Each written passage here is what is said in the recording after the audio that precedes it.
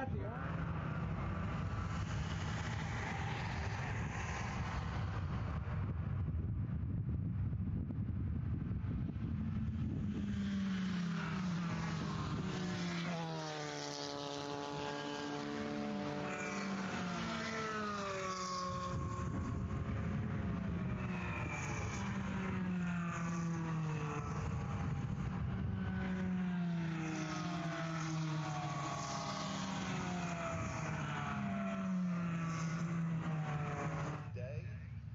We are under black flag conditions here at Virginia International Raceway. I'm very first lap at a car spinning center of track, going down to turn one for our first racer.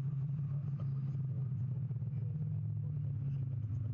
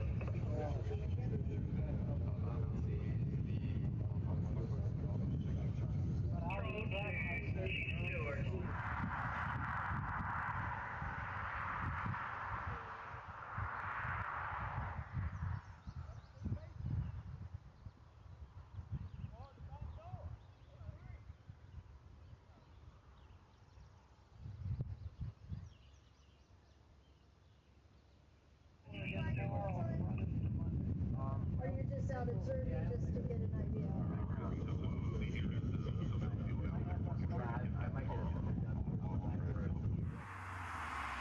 I guess some of it is common sense. Common sense.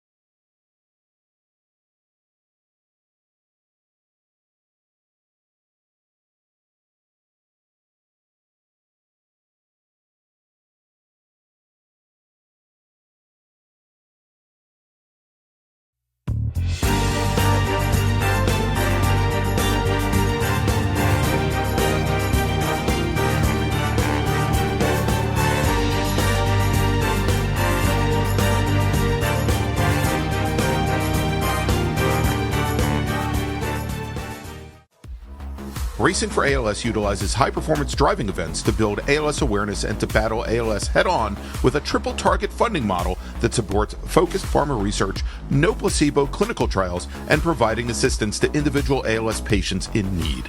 Every 90 minutes, doctors deliver a new ALS diagnosis. ALS is a progressive and fatal neurodegenerative disease that destroys motor neurons, eventuating muscle weakness, paralysis, and difficulty breathing and swallowing. Most ALS sufferers live just 2 to 5 years after diagnosis, and every 90 minutes, ALS claims another soul. Racing for ALS believes ALS is not an incurable disease, it's just an underfunded one. Our mission is to raise awareness and direct funds to speed a cure. To help find a cure, please go to racingforals.com/donate and make sure to join us at our next event. OG Racing carries just what you need to get on the track, from driving suits and shoes to helmets, data and video systems, to your favorite brake pads from Performance Friction, Hawk, and Paget. OG Racing has built its reputation during the last 22 years by providing the best customer service in the motorsports business, and their depth of inventory is second to none when it comes to safety equipment. That's why OG Racing has been the highest volume Sparco dealer for 17 years. Come visit their 12,000 square foot showroom and warehouse located in Sterling, Virginia. Call them at 1-800-934-9112 or order online at ogracing.com.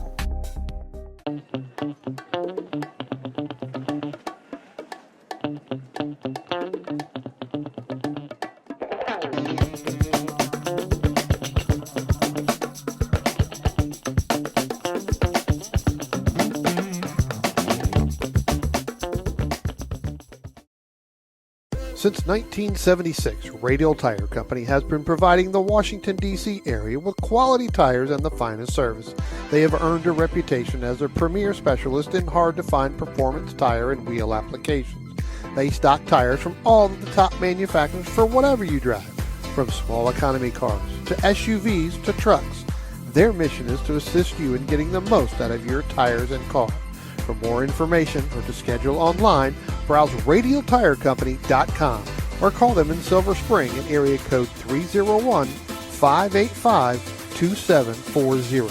That's 301-585-2740.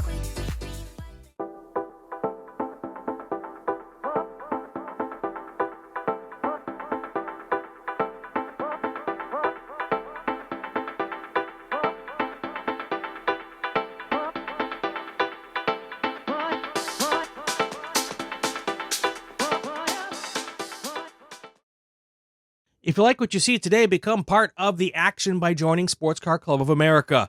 Whether you want to drive, flag, or just have fun with cars, SCCA membership opens the door to all kinds of motorsports to feed your obsession, along with 65,000 like-minded members ready to be friends. Ask someone trackside how to get involved or visit scca.com for more information.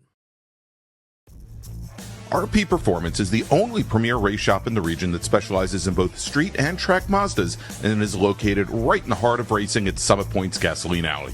RP has been involved in countless race wins and series championships across many classes with drivers of all ages. Not just a full-service shop, RP has been helping drivers with their individual racing and other track event needs for over 30 years, providing trackside support, arrive and drive packages, as well as race car transport services. And they're known for its help all attitude. RP Performance is your go-to for getting cars back on track for that positive experience at Summit Point when you're ready to pack it in. For more information about RP Performance, come talk to them here in the paddock. Call them at 304-728-6749 or email them at Brett, that's B-R-E-T, at rpperformanceracing.com.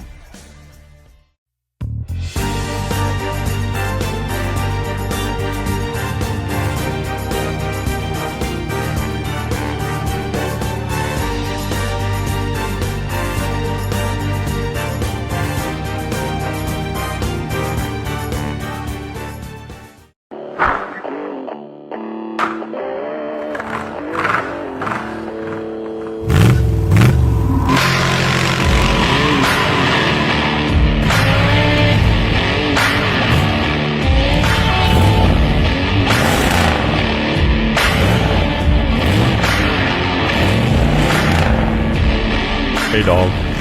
Belmont Classic Cars, where we take you back to simpler times. Belmont, Ohio.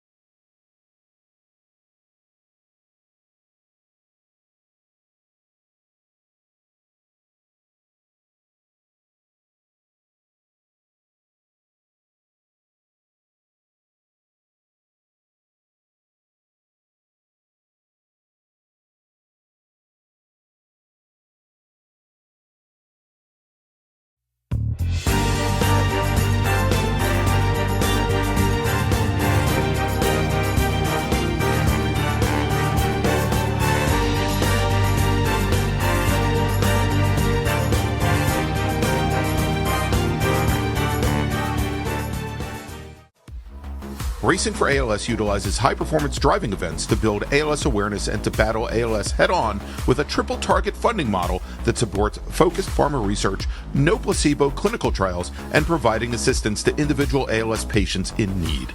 Every 90 minutes, doctors deliver a new ALS diagnosis. ALS is a progressive and fatal neurodegenerative disease that destroys motor neurons, eventuating muscle weakness, paralysis, and difficulty breathing and swallowing. Most ALS sufferers live just 2 to 5 years after diagnosis, and every 90 minutes, ALS claims another soul. Racing for ALS believes ALS is not an incurable disease, it's just an underfunded one. Our mission is to raise awareness and direct funds to speed a cure. To help find a cure, please go to racingforals.com/donate and make sure to join us at our next event. OG Racing carries just what you need to get on the track, from driving suits and shoes to helmets, data and video systems, to your favorite brake pads from Performance Friction, Hawk, and Paget. OG Racing has built its reputation during the last 22 years by providing the best customer service in the motorsports business, and their depth of inventory is second to none when it comes to safety equipment. That's why OG Racing has been the highest volume Sparco dealer for 17 years. Come visit their 12,000 square foot showroom and warehouse located in Sterling, Virginia. Call them at 1-800-934-9112 or order online at ogracing.com.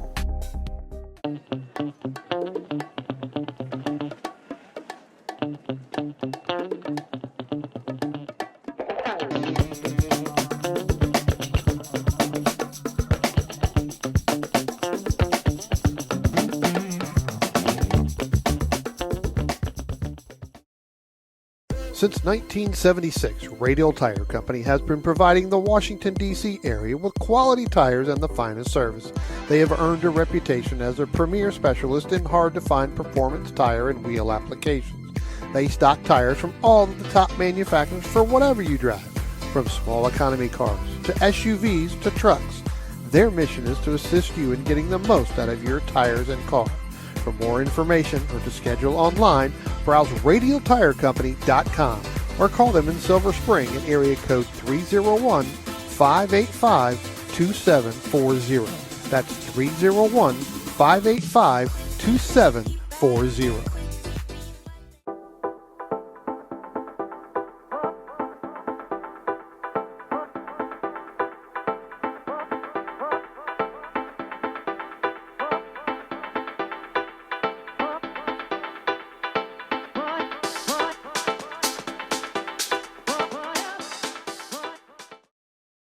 If you like what you see today, become part of the action by joining Sports Car Club of America.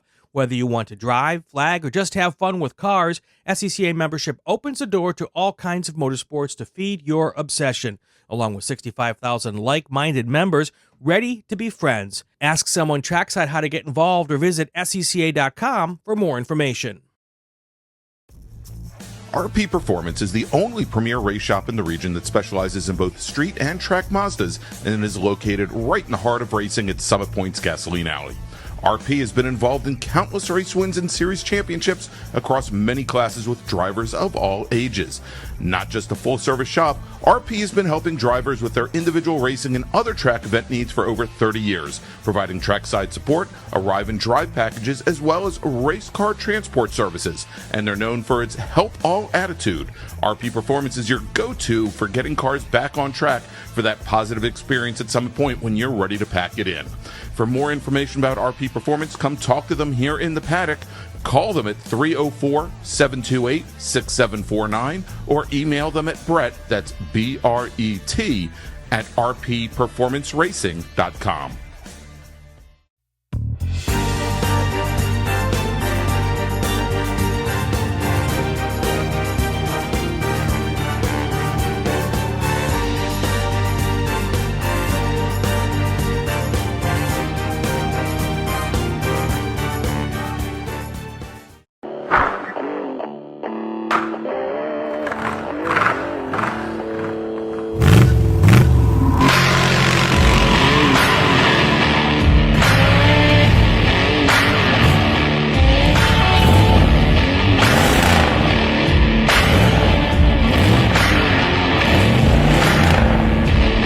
Hey dog, Belmont Classic Cars, where we take you back to simpler times. Belmont, Ohio.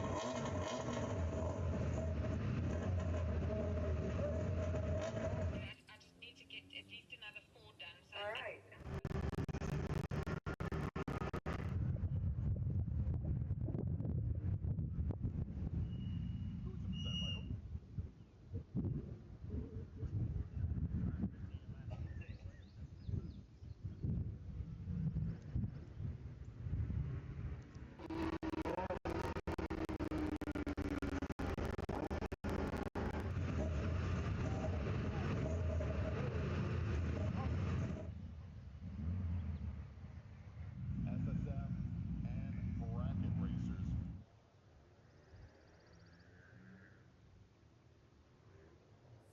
Thank you.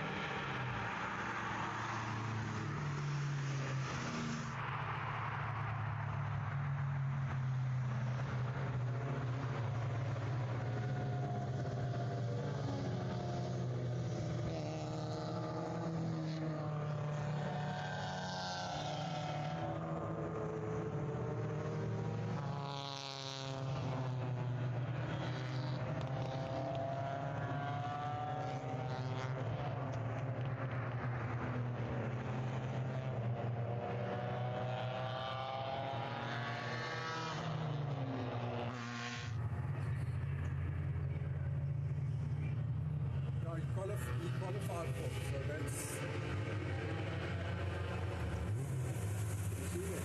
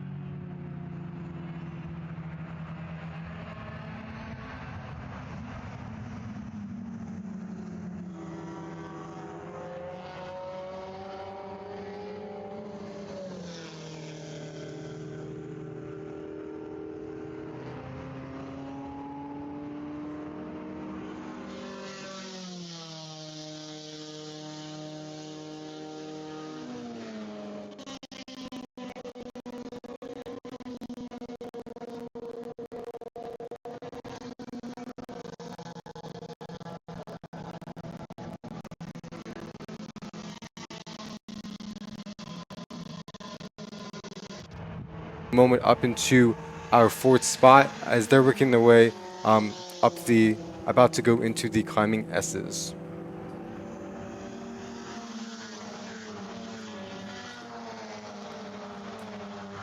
All right, and here they go up, and it is now Disharoon who's gotten back around Jamison Huffman, so move Disharoon into second in SSM, and then it is Huffman, Adeli, and O'Brien as Disharoon had gotten around Huffman using the draft on the front straight before they went into turn number one. And now side by side, we've got Dylan Adeli and Andy O'Brien. As we've got, I believe it's Adeli in is that the blue 14 machine, and then O'Brien is in the, or probably O'Brien is in the white 14 with Adeli in the number 71 car.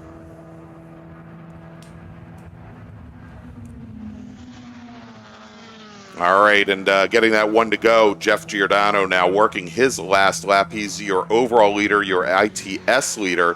Willie Fee, you're continuing to see his advantage over Justin Deffenbaugh shrink more and more as they're going to be heading down into turn one. Deffenbaugh just ran his fastest lap of the race, almost 0.3 faster than Willie Fee. But let's watch this battle in SSM here, Dominic. And for the past few laps, one of the drivers who has had the best seat in the house for this SSM battle has been Brad Gould. In our bracket racer racing in a Spec Racer 4-3, has now split these pairs of cars up. So now we have Vic Disharoon and Jamison Huffman drafting together. We have Gould, and then in 8th and 9th and 3rd and 4th in class in SSM, Andy O'Brien and Dylan Adeli all making their way through turn number one.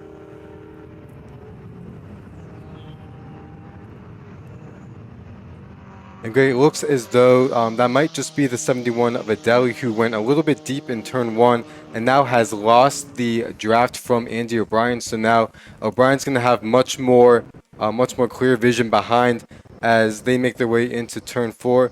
And Adeli definitely probably about a good 15 car lengths back from O'Brien, who he was battling with just two corners ago. Wow, yeah, wrong time to have that happen. Here as we watch these machines come through Snake and start to run, and there is Ryan Maloney coming off a couple wins at Summit Point just a few weeks ago, and there you go.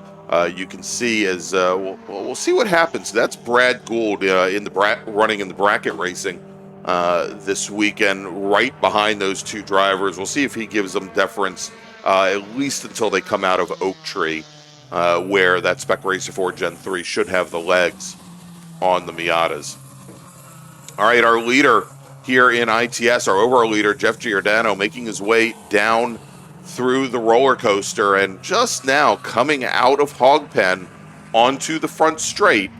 We'll pick him up here in just a moment.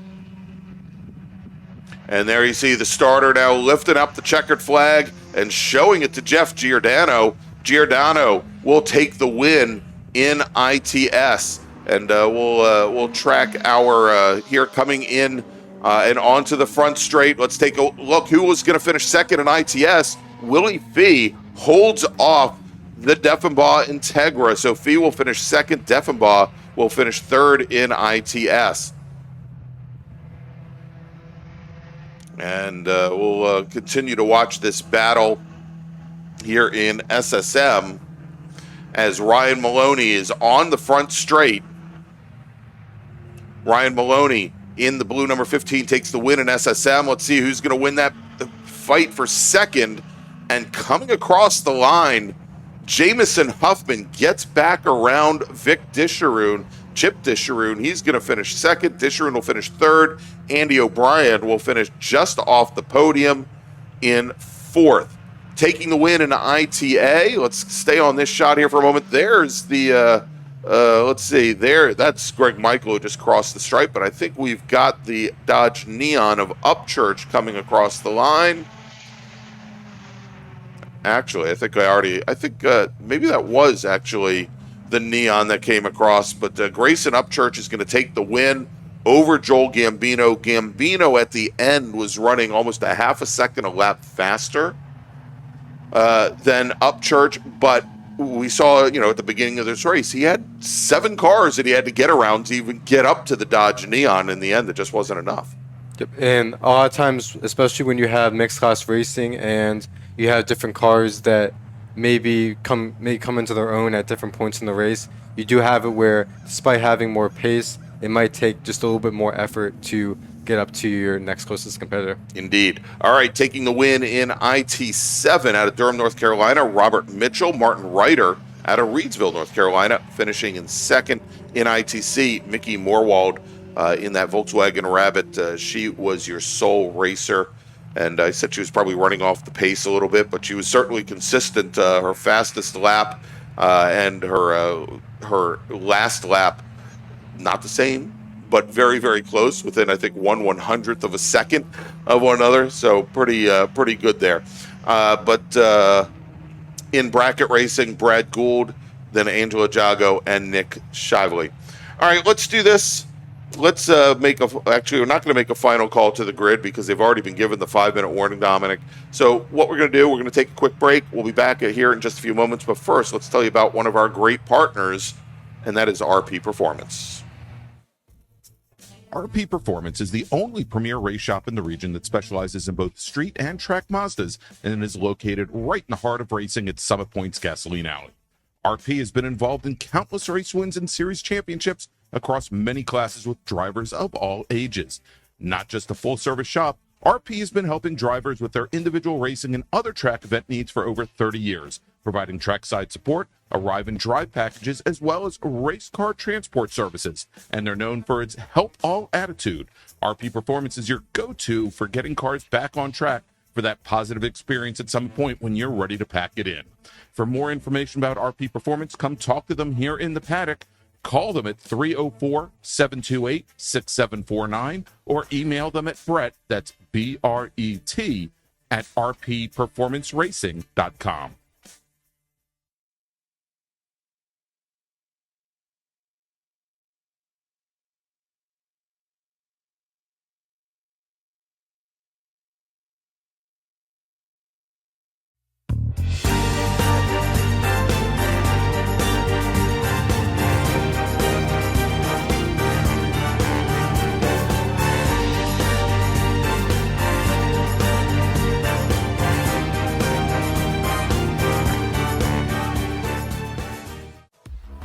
Racing for ALS utilizes high-performance driving events to build ALS awareness and to battle ALS head-on with a triple-target funding model that supports focused pharma research, no placebo clinical trials, and providing assistance to individual ALS patients in need.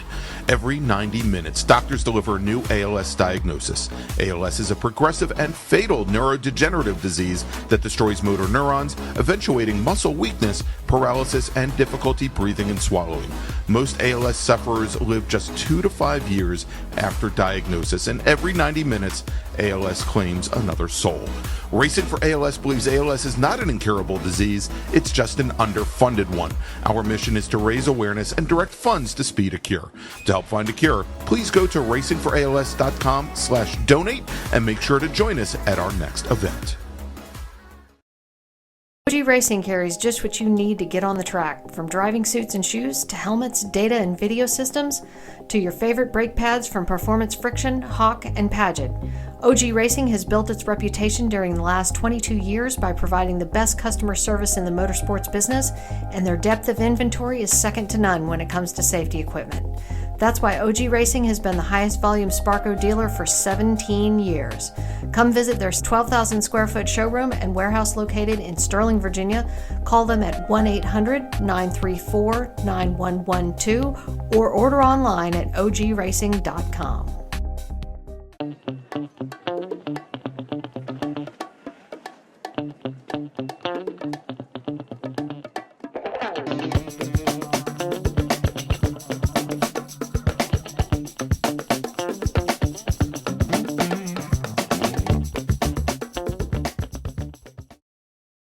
Since 1976, Radial Tire Company has been providing the Washington, D.C. area with quality tires and the finest service. They have earned a reputation as a premier specialist in hard-to-find performance tire and wheel applications. They stock tires from all of the top manufacturers for whatever you drive. From small economy cars to SUVs to trucks, their mission is to assist you in getting the most out of your tires and car. For more information or to schedule online, browse radialtirecompany.com or call them in Silver Spring at area code 301-585-2740. That's 301-585-2740.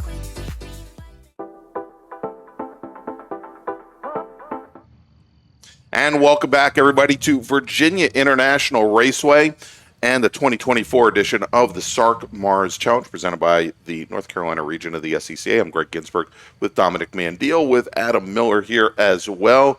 And Dominic, we're now up to a race that I know so many people are interested in, and that is Spec Miata, as we've got our pace car now bringing the field onto the pit, or probably not on the pit lane, but onto the front straight, where they will start their pace lap of 3.27 mile, 17 turn Virginia International Raceway, and they should be coming into our view here in just a moment. So what we'll do is we will start running down the grid here. We had 17 drivers set times in qualifying here today. Let's run down the starting order. Starting 17th, driving the number 24 SMSE Mazda Miata from Royal Oak, Michigan, it's Josh Campbell. Scott Witt will start 16th. He's in the number 85 Spec Miata. He's from Monetta, Virginia, and represents the Blue Ridge region. Dennis Mathias will start 15th. He is in the number 88 SMSE Mazda Miata. He's from Apex, North Carolina, representing the North Carolina region. Alabama region's Delaney Calhoun will start 14th. He's in the number 28 SMT machine. He's out of Indian Springs, Alabama. And he represents the Miata Fix, which I guess is better than the Miata Broke. All right, starting 12th today, driving the number 6 Spec Miata from Ortonville, Michigan, representing to the Detroit region, Paul Klain.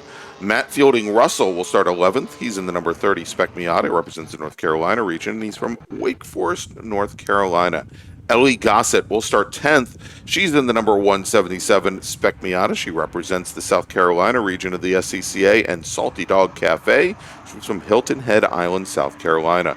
Ted Cahall will start 9th. He's in the number 78 Spec Miata, represents the Washington, D.C. region, and is from Christiansburg, Virginia. Atlanta, Georgia's Mike Cottrell will start 8th. Mike's in the number 99 Spec Miata. He's representing the Atlanta region, with Robert Cahall starting 7th. He's in the number 178 Spec Miata, and he represents the Chicago region of the SCCA. He's from Gurnee, Illinois. Pat McGovern will start 6th. Pat is driving the number 8 SMSE Mazda Miata from Richmond, Kentucky, with Olivier Piatek starting 5th. He's in the number 62 Tiles Max Mazda. He's from Duluth, Georgia.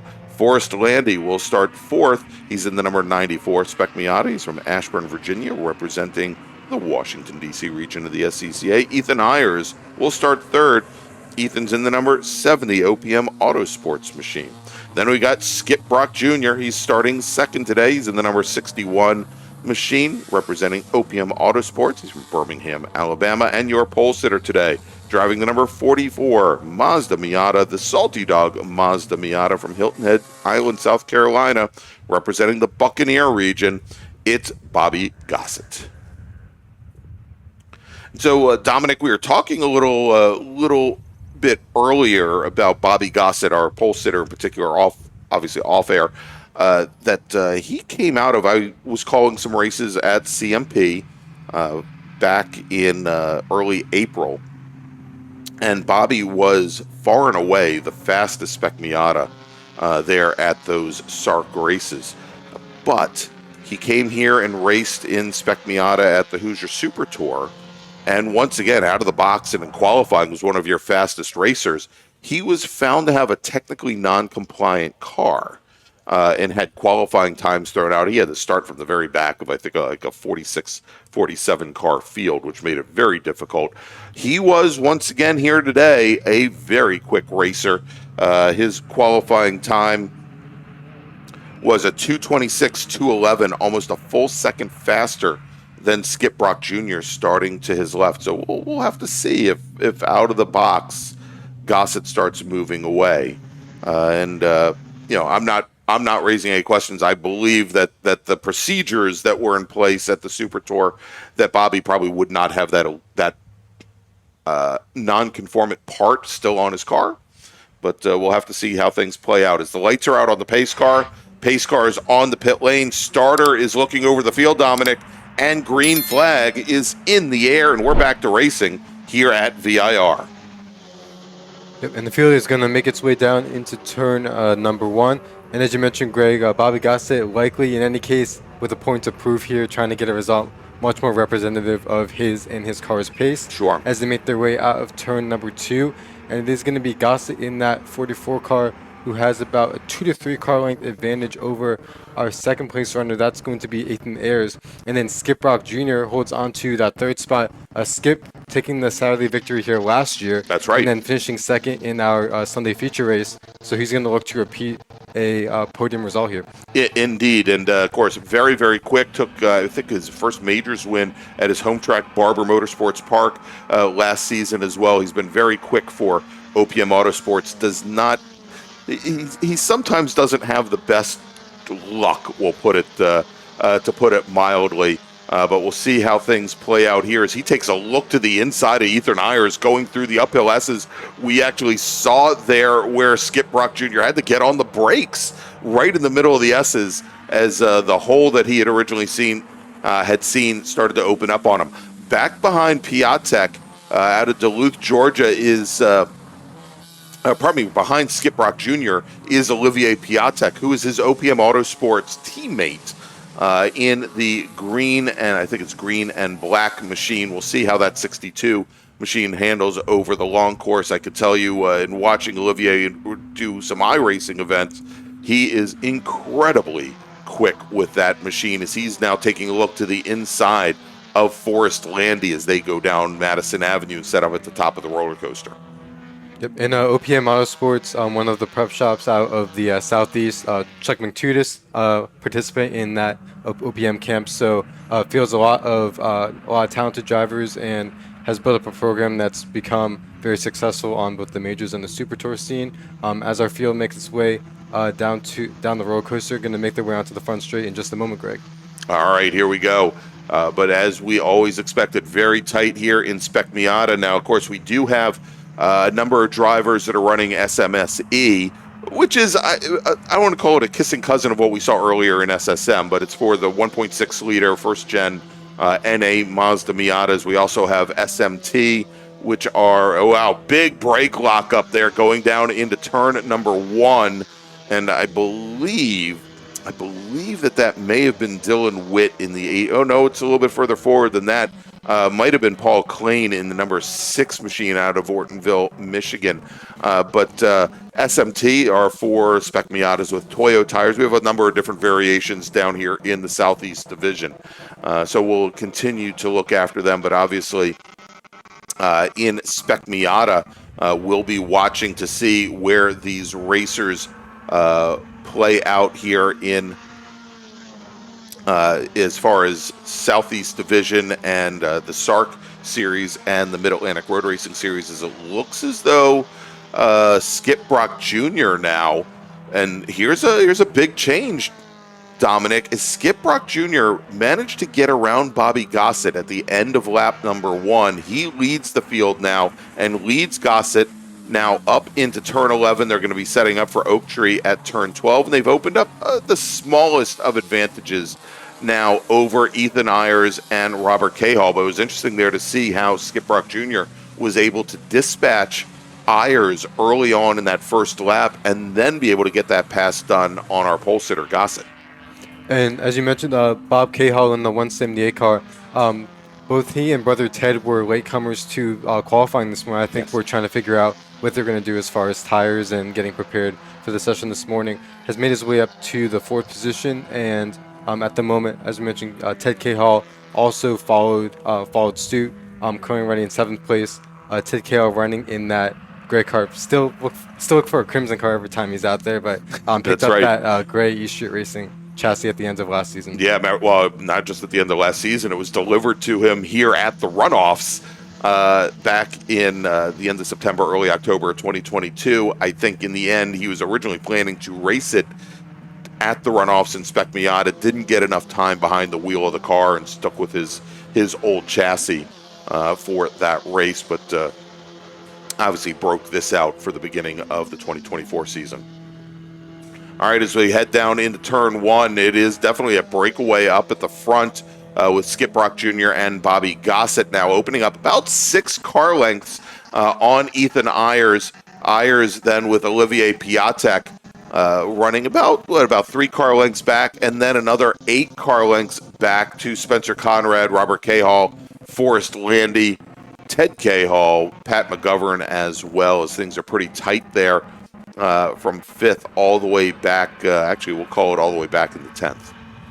Yep. And another driver who has now worked his way up to the 5th spot, the 77 of Spencer Conrad, 15 years of age and has 5 national karting championships to his name, and is now trying to put a deal together to work up to run Spec MX-5, get some additional support from Mazda, and continue working on the ladder. So another driver who's looking to move up the ranks in motorsports under the Mazda 10. As we have our leaders, Brock and Gossett, making their way into Oak Tree with just about a car length between them. Go back about 5 car lengths until you get to Ayers in the 7 and then Piatek in the 62. Those two are separated by about that 1 car length margin as well.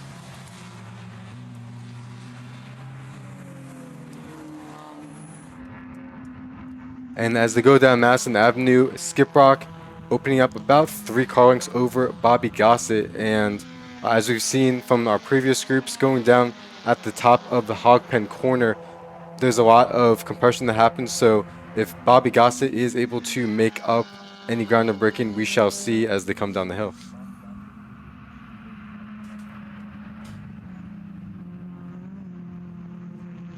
Yeah, and we're seeing that very tight back there. I guess that is Ayers and Piatek coming down the hill, locked nose to tail. And we'll see how things play out here as they come onto the front straight. And they are indeed still locked in it. But here's a big change. Skip Brock Jr. now, who runs the fastest lap of the race. He goes purple, as you can see on the timing and scoring on the left-hand side of your screen. Ran almost 0.8 faster than Bobby Gossett that last time by, and he's now opened up I'd say about an 11 car length lead over our pole sitter here this evening. So Skip Brock Jr. having a little bit easier time of it right now than, say, Ethan Ayers, who is getting hounded and harassed by Skip Brock's teammate Olivier Piatek.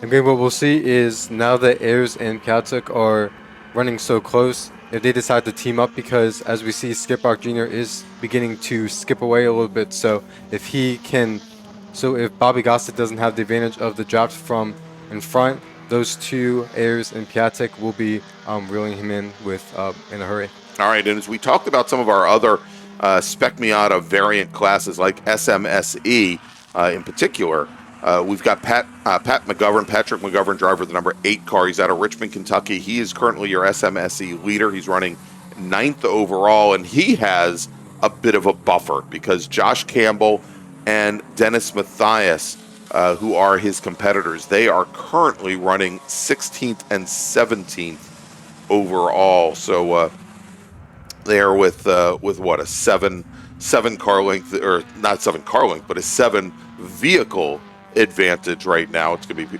awfully tough for Campbell and Mathias to make up ground.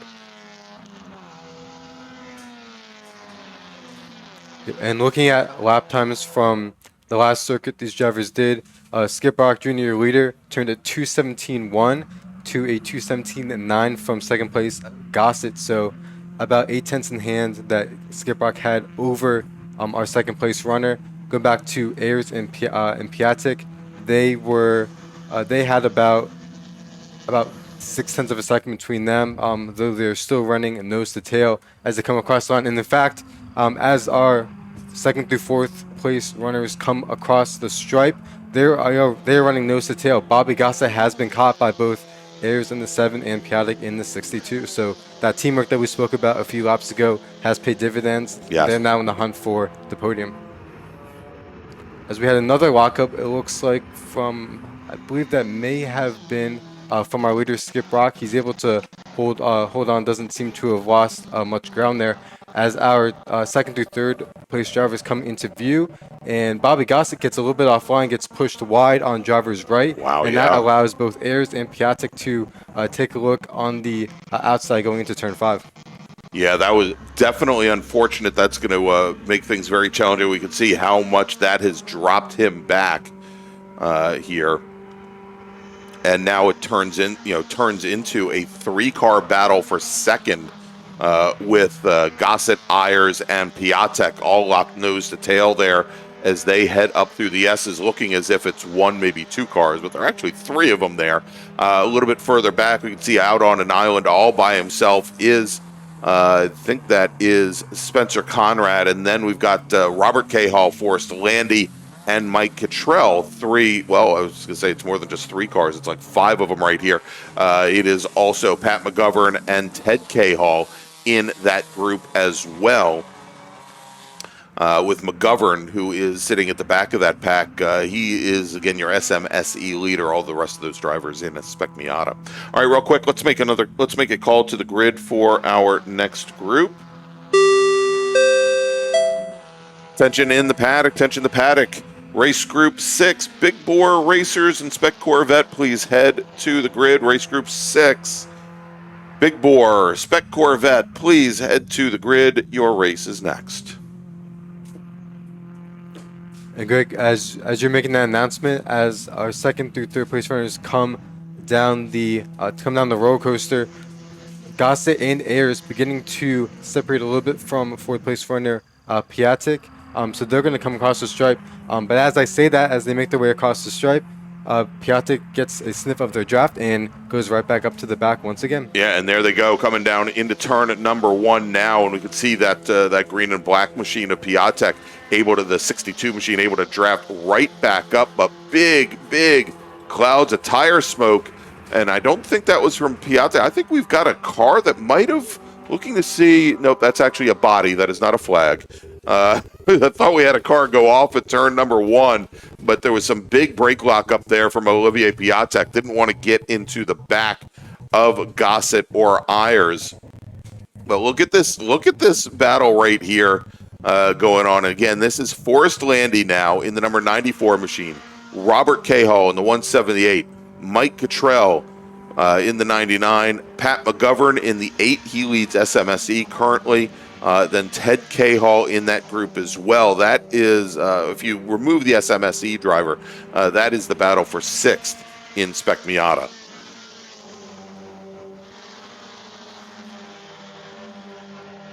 As they all take some alternate lines into the uphill S's, looking for the advantage. And with these cars, you can certainly go in there too wide. It's not the fastest way once you get out of there and head over to South Bend. But it can certainly be done with a lot of patience, some diligence, and more importantly, cooperation between 2 racers here. But we watch here, this is a great little fight to watch, even though it's not for a podium position. And you definitely need a lot of track awareness from everyone involved, because especially when the road starts to narrow up like that, you definitely at times don't have as much road to play with as you might think. And now we see there is Robert Cahall trying to push Forrest Landy here up. Actually, I take that back. I think it's Robert Cahall and Mike Cottrell trying to push up past Spencer Conrad. And we'll see him here as they're rolling down the hill. As Skip Rock Jr. just resets fast lap once again. Turned in a 2:16.9 on the previous lap. And here we're going to see now coming across start finish, and there we go, coming into our view. This is that battle right now for third in class, or pardon me, for third in class between Ayers, Gossett, Piatek.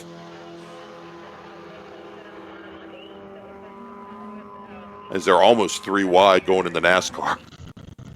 And great, the past few laps with these 3.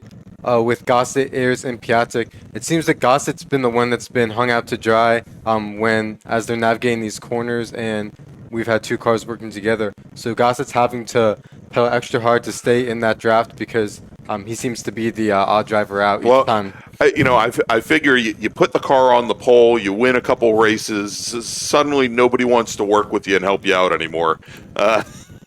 Not a big surprise that Ayers and Piatek might be teaming up together against the 44 machine.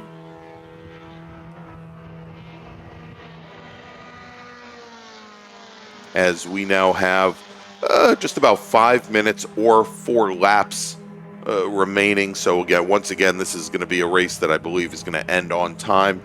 So let's make another call to the grid for the next group. Attention in the paddock, second call to the grid for race group number 6. That's Big Bore and Spec Corvette. Let's throw in ITE and ITO and ITR as well. Also Touring 1 and Touring 2. Race group number 6, please head to the grid. Greg, this battle for 2nd through 4th we've been following. I've also been noticing that the 77 of Spencer Conrad, the last time across the line was about 2 seconds back from 4th place due to some of the side-by-sides we've seen with those cars beginning to reel that group in. So Conrad could be coming into the picture here in short order. Yeah, I was going to say there's a good chance as Piatek once again starts to fall off the back of Ayers and Gossett. Conrad just running his fastest lap of the race the last time by. But certainly I think Piatek is going to be under attack there. And so Conrad in the 17 machine, he is, Dominic, all of 15 years old behind the wheel. We talked earlier about some of the SSM drivers that, old age and treachery at like 17 years old and they're seniors in high school. Spencer is a 5-time national karting champion. He's been karting since he was 7 years old. And he says that he's been doing it and what his family has done ever since he can remember. Well, I'm telling you, if you're only 15, your memory probably isn't going to go that far back. He's, of course, racing for Panic Motorsports this season. Hopes to take part in the SMX Challenge with Mazda. Hopefully get a scholarship ride in SMX next season. And Greg, we did get word that our leader Skip Rock and the rest of the field is working the final lap. Okay. And on this last lap, Skip Rock Jr. Ran at 2:16.9.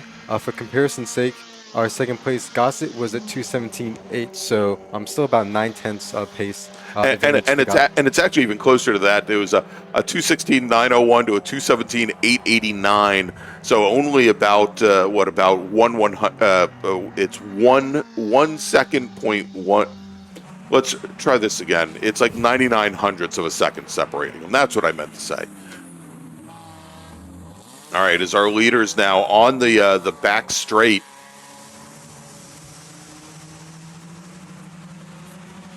And going up to the top of the roller coaster now. All right, let's take a look at that. Let's move over to the roller coaster cam if we can. All right, and that's the battle for second, I believe, coming down the hill right now. As Piatek now has gotten back up to the back of Bobby Gossett. As we coming onto the front straight, Skip Rock Jr., your leader. There he is, driver of that yellow and blue number 61 machine. He will take the win. And now the battle for second. They should be coming into our view here. And there it is at the checkered flag. Bobby Gossett holds off Olivier Piatek for second place. Margin there at the checkered flag, 84 1/1000ths of a second. Spencer Conrad in the number 77 machine. He will finish just off the podium in fourth. And Ethan Ayers, here's the big surprise. Ayers, who for so long had been running at the front of the field, or at least in second. Ayers brings the number 7 machine from Weatherby Lake, Missouri, home in 5th position. Actually, Greg, let me correct myself. It looks like we are currently working the last lap now. Lap, yep. Oh yeah, hey, look at that. Well, there you go. Yep, we are getting the. Can we edit that in? We'll just remove the entire last lap. And we'll remove the second to last lap. Yep, here we go. As the field now is working their way on now what is the last lap. That was not the last race lap. We did not have the checkered flag. Let's take a look here as our leaders now. This is, we're watching here, this is the battle for second, just going through our view. And that orange car, that is Spencer Conrad in the 77 machine.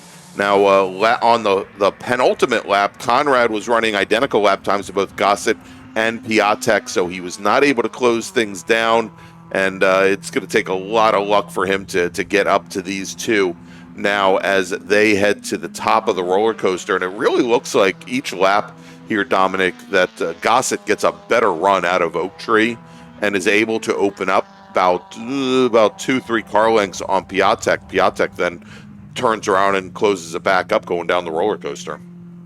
Yep, and it's so hard to understand how important it is to get a good run out of Oak Tree, because that's what's of course going to give you momentum, as we are going to be waiting for our leader to come across the stripe. And there it is. Skip Brock Jr. gets a check flag. He's going to be your Saturday race winner officially, or provisionally. So good. We called it twice. Look, kind of like the previous lap. I don't know. All right, so he takes the win, and they're coming across the line. Bobby Gossett will finish in second position. Margin a little bit larger than what we saw the last circuit of the circuit, where Gossett opened up a 21/100th of a second advantage over Piatek. Spencer Conrad, he falls back a little bit on that last lap. He's going to finish just off the podium in fourth. Ethan Ayers, glad things didn't change. Not so glad for Ethan, but I'm glad things didn't change so much from what I said the previous lap. Ethan Ayers finishes in fifth. Mike Cottrell sixth. Robert Cahall seventh. Ted Cahall eighth. Pat McGovern finishes ninth. And Matt Fielding Russell finishes 10th. Those are all in Spec Miata. In SMSE, Josh Campbell takes the win with Dennis Mathias finishing second. And Delaney Calhoun, your sole SMT racer. All right, so Dominic, let's take a quick break. We'll come back. We've got two more races here this afternoon. We've got one more sprint race, one more SARRC MARRS race, and then we've got the Tarheel Cup to round out the day. But first, let's talk about one of our partners and sponsors, and that is Belmont Classic Cars. Belmont Classic Cars is a family-owned classic and collector car dealership located in eastern Ohio, specializing in 1960s and 70s American muscle cars and other unique automobiles. Belmont takes pride in taking you back to a simpler time with iconic classic rides and never selling anything that they wouldn't want in their own collection. To see Belmont's extensive inventory of classic cars, visit their website at belmontclassiccars.com or find them on Facebook and Instagram at Belmont Classic.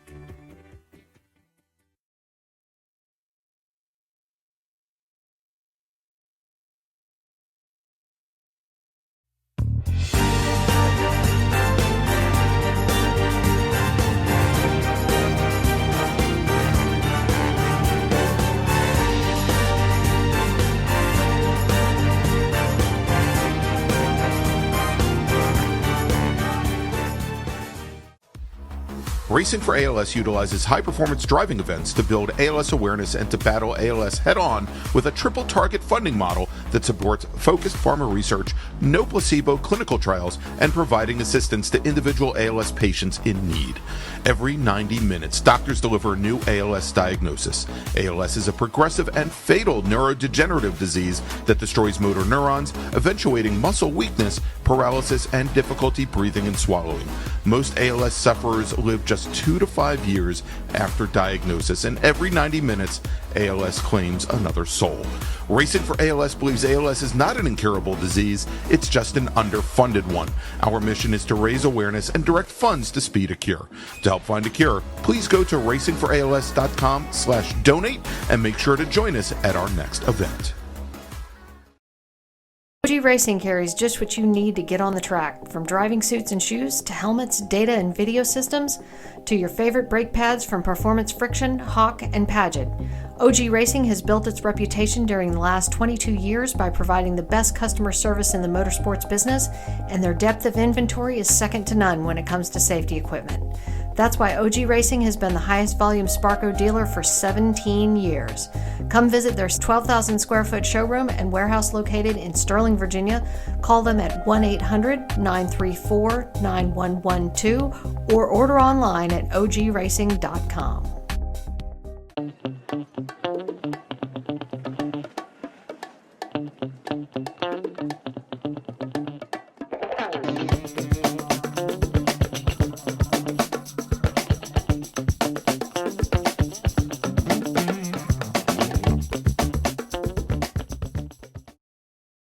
Since 1976, Radial Tire Company has been providing the Washington, D.C. area with quality tires and the finest service. They have earned a reputation as a premier specialist in hard-to-find performance tire and wheel applications. They stock tires from all of the top manufacturers for whatever you drive, from small economy cars to SUVs to trucks. Their mission is to assist you in getting the most out of your tires and car. For more information or to schedule online, browse radialtirecompany.com or call them in Silver Spring at area code 301-585-2740. That's 301-585-2740.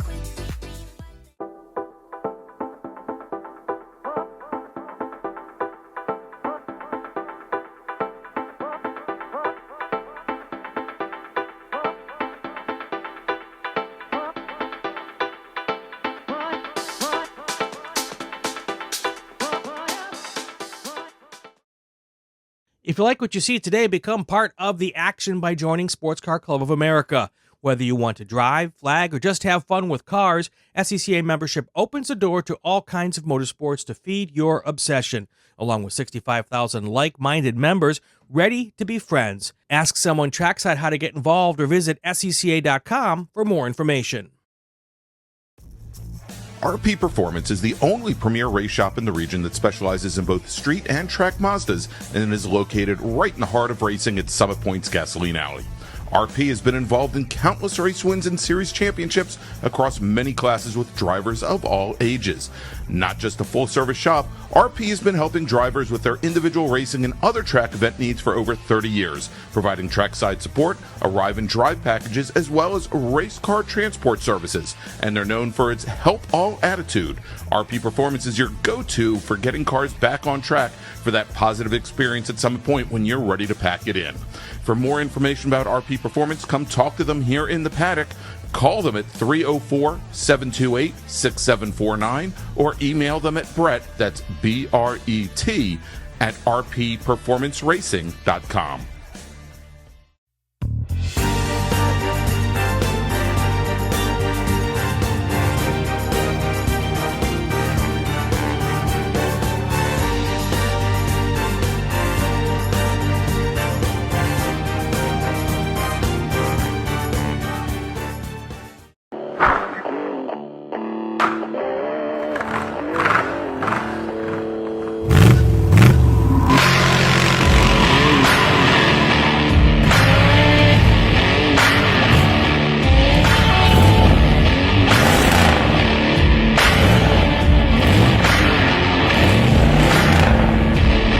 Hey dog.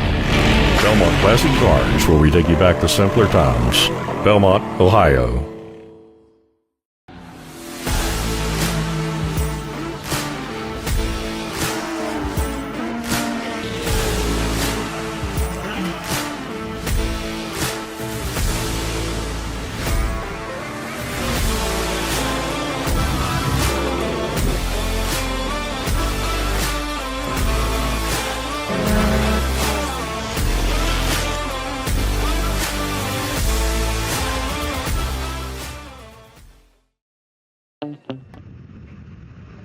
And welcome back to Virginia International Raceway, everybody. It is time. Well, it's time for the 2024 edition of the SARRC MARRS Challenge presented by the North Carolina region of the SCCA. I'm Greg Ginsberg, along with Dominic Mandiel and Adam Miller. And as folks up on the grid said, it's time for real race cars, Dominic. As we've got our big board, we got our ground pounders heading out here. Although the majority of this field, not so much pounding ground, but a very large Spec Corvette contingent. This is the time of year when the Southeast chapter of Spec Corvette and the Northeast chapter of Spec Corvette come together. And from the looks of it, we had 9, 10 Spec Corvettes go out for qualifying today. 17 cars overall. Let me run down the starting order. Starting 17th, driving the number 112 Touring 2 Chevy Corvette from Central Carolina region, it's Stephen Ryder. John Longacre is starting 16th. He's in the number 76 GTA Chevy late model. Then we've got Dan Sheehy starting 15th. He's in the number 164 GTA Chevy Monte Carlo. Stephen Rose is driving his GT3 BMW E90 here today. He's in the number 33 car. He starts 14th. Starting 13th, driving the number 34 SPO Chevy Camaro from Boones Mill, Virginia, it's David Ross. David Clemens starts 12th today. He's in the number 24 Spec Corvette. He's from Roanoke, Virginia. Again, all the Spec Corvettes, they are C5 Corvette Z06s. Starting 11th today, driving the number 176 Touring 1 Chevy Corvette from Greensboro, North Carolina, it's Bill Foster. Nathan Jackson starts 10th. He's driving the number 29 Chevy Impala. He's from McDonough, Georgia. Then we've got Frank Reinhardt starting 9th, and I should add that all the remaining cars are in Spec Corvette. Starting 9th, driving the number 53 machine from Tampa, Florida, Frank Reinhardt. James Davidson starting 8th. He's driving the number 9 Spec Corvette. He is from West Melbourne, Florida. Then we've got James Davidson. James comes all the way from Olathe, Kansas. He is... Actually, let me get this right. You know what? We're going to try this again. Frank Reinhardt is from Tampa. James Davidson from West Melbourne. Larry Brady is from Olathe, Kansas. He's driving the number 58 car. He starts 7th. Jeffrey Pascala will start 6th today. He's in the number 58 machine from Aston, Pennsylvania.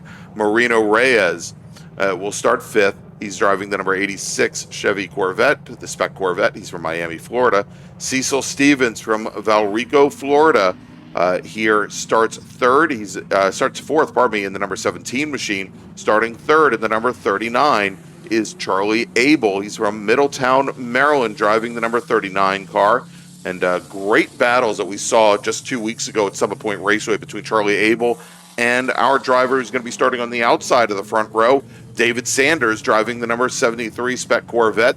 The Malvern Missile driving the Phoenix Performance car, and your pole sitter today out of West Palm Beach, Florida, driving the number 04 Spec Corvette, the Manavani Land.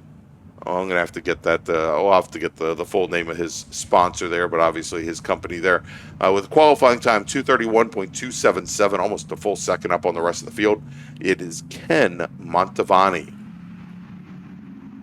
But yeah, so Dominic, great racing that we saw between David Sanders and Charlie Abel at Summit Point here 2 weeks ago, or there 2 weeks ago, where Charlie Abel definitely had the measure of that yellow number 73 machine. All last season, at least in the Northeast contingent of Spec Corvette, we really saw a lot of dominance from David Sanders, but Abel just was able to get the power down there 2 weeks ago, and really put Sanders on the back foot for the majority of the weekend. And Spec Corvette was present for our event here last year, where we saw the two of them take wins on each day. So Dave Sanders took the win on Saturday, and then Charlie Abel was able to take the win here on Sunday. And so these two work very closely together, being both from the Northeast, and also get a lot of support from Phoenix Performance out of Pennsylvania. So both of them working very much with similar people and are working, of course, on very similar cars. So drawing a lot of data experience off of one another. Yeah, indeed. These C5 Chevy Corvettes, Chevy Corvette Z06s, they use, I believe, a stock gear set, stock rear differential, but have a specific shock and spring package. As, wow, there you go. Green flag is in the air. And Dominic, not the cleanest start that I've seen, as we were already 3 wide when the green flag came out at the front of the field, but getting a great start. David Sanders is able to get around both Manavani and Abel. Manavani, I think, was more concerned about Charlie Abel coming down the inside on that start, and it allowed the 63 machine to scoot by. But we've already seen a change there up at the front of the field where David Sanders not able to hold off the 04 cars. They came out of turn 2 into NASCAR and now left hook.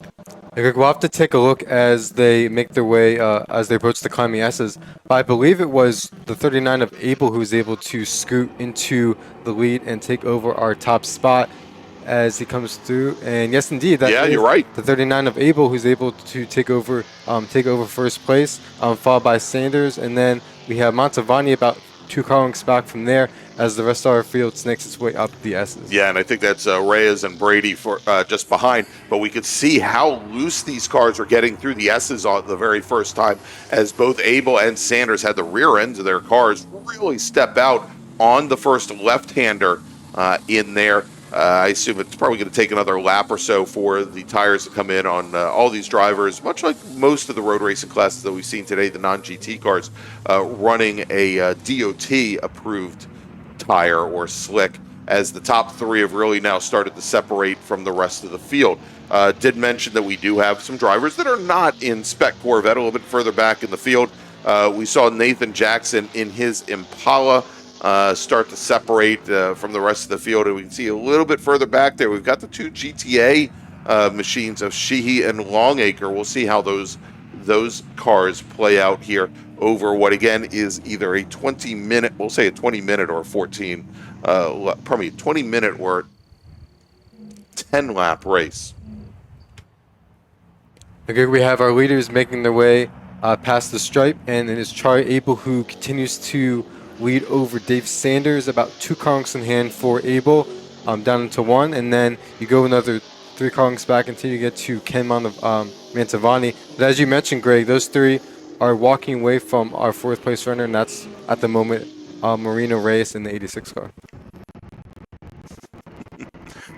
As I'm going through and looking at some of our sponsors, drivers, and what teams they're sponsored by, because of course I mentioned that Mantovani Land, and I couldn't get the full sponsor name. I'll try and dig that up. But a little bit further back in the field, we do have Bill Foster, our Touring 1 Chevy Corvette driver. He is sponsored by Social Security. And Greg, the end of that sponsor is in commercial, so Land in commercial. Gotcha. Okay. And Greg, another driver wanted to make mention of the 17 car. That's Cecil Stevens. He hails from Valrico, Florida. He was the 2023 winner of the SARRC Invitational Challenge held at Roping Road last year. That was their penultimate event last year, and Cecil Stevens was able to pick up the victory there. Is also the head of the Southeast Spec Corvette effort in the Southeast. Exactly, and so. In Spec Corvette, they are essentially, although they wouldn't be very competitive, they are essentially T2 cars, and these cars are already classed in SCCA T2 national road racing. But in the last couple of years, Cecil down in the Southeast Division and David Sanders up in the Northeast Division have worked to get Spec Corvette placed as a divisional, essentially a regional only class in SCCA road racing on the divisional level, and so again both of these, and there is also a contingent out on the West Coast as well that I know they run with Cal Club up at Button Willow and a couple of other tracks as well. But nice to still have a nationwide classing system for these cars, and some folks, great volunteers, stepping up and trying to get them authorized for SCCA regional racing. And the idea being that you create a pool for Corvette owners and drivers to have parts, to have mechanical support and everything, and really create a community of people doing this. And a big part of the Spec Corvette, the idea behind it was to reintroduce somewhat the pre-Aero era of Touring 1, which prior to the combination of STO into GT2 and everything, which reshuffled some of our classes nationally, it required that was before the Touring 2 cars were allowed. Some of the cars now we see with bolt-on aero, with more wings, and so sort of harkens, this harkens back more to the to the days prior to that. Oh, lots of smoke there as we've got a car off on the outside of South Bend. It looks like may have had a motor go. Let's try and I believe that is the 86 of Moreno Reyes that is off track there, and there is oil on the track up at the top, the entrance of South Bend, as we're starting to see a couple of other cars go off there. There's another car spinning around, and so we're trying to get some additional information.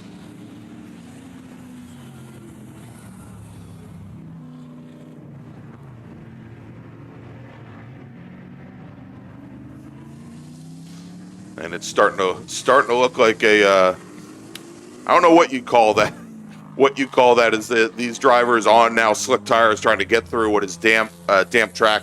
As we do have the safety car standing up, and we are going to be going now to a full course caution here at Virginia International Raceway, as it sounds as though we do have some oil or debris down there over at South Bend. And Adam, this is why I put the camera over at South Bend. If only so we could see those cars do donuts in the grass. But again, under full course caution currently. And we have only 6 minutes elapsed, about 7 minutes elapsed, 13 minutes remaining on the clock, or seven laps remaining, which now that we're under full course caution, I doubt that we're going to be going that way. But we will check. But again, we are under full course caution. Attention in the paddock. Attention the paddock. Spec Racer Ford Gen 3 racer Thomas Weir. That's the number 10. Spec Racer Ford Gen 3. Please see the stewards on the second floor of the tower. Thomas Weir, driver of Spec Racer Ford Gen 3, number 10. Please head to the North Tower and see the stewards on the second floor.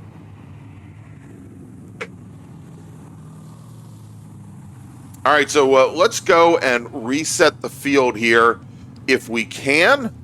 And your leader at the moment is Charlie Abel. He leads Spec Corvette with David Sanders running second. Ken Mantovani, who was your pole sitter today, he runs third. David Ross in his 2010 Chevy Camaro, he is your SPO leader, and I also believe your sole SPO driver here today. Then Larry Brady, Cecil Stevens, Frank Reinhardt, Jeffrey Pascala, David Clemens. That takes you out to ninth. Bill Foster in his Touring 1 Chevy Corvette out of Greensboro, North Carolina. He is your sole racer in Touring 1 today. He runs 10th. John Longacre is your sole racer in GTA. He runs 11th. Steve Rose is your GT3 leader, your sole racer in GT3. He's 13th. Nathan Jackson, our sole GT2 car, he runs 14th. And Steven Ryder. And we'll see here, Ryder in the 112 Chevy Corvette. I don't know if he got involved with Reyes going off, but we did see a second car going around on the outside behind the flag stand over at South Bend. That may have been the Ryder car of 112 after we know Reyes had gone off first.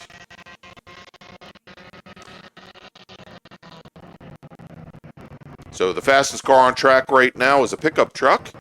He had a wrecker, and they're heading up now to try and get those cars over by the South Bend flag station. The wrecker is going out there. If a car is putting down oil, they don't want to do a flat tow back. But you'll also notice that the blower truck is the trailing car there as well. That if there is debris on the track or something other than oil, that they can probably blow it off, or if they have to put down kitty litter, that it can blow it off as well. So, Dom, we're just about halfway through this race. Let me make a call to the grid for our final race group of the day. Attention in the paddock. Race group number 7, Tarheel Cup. Please head to the grid. Your race is next. Tarheel Cup racers, please head to the grid. Your race is next.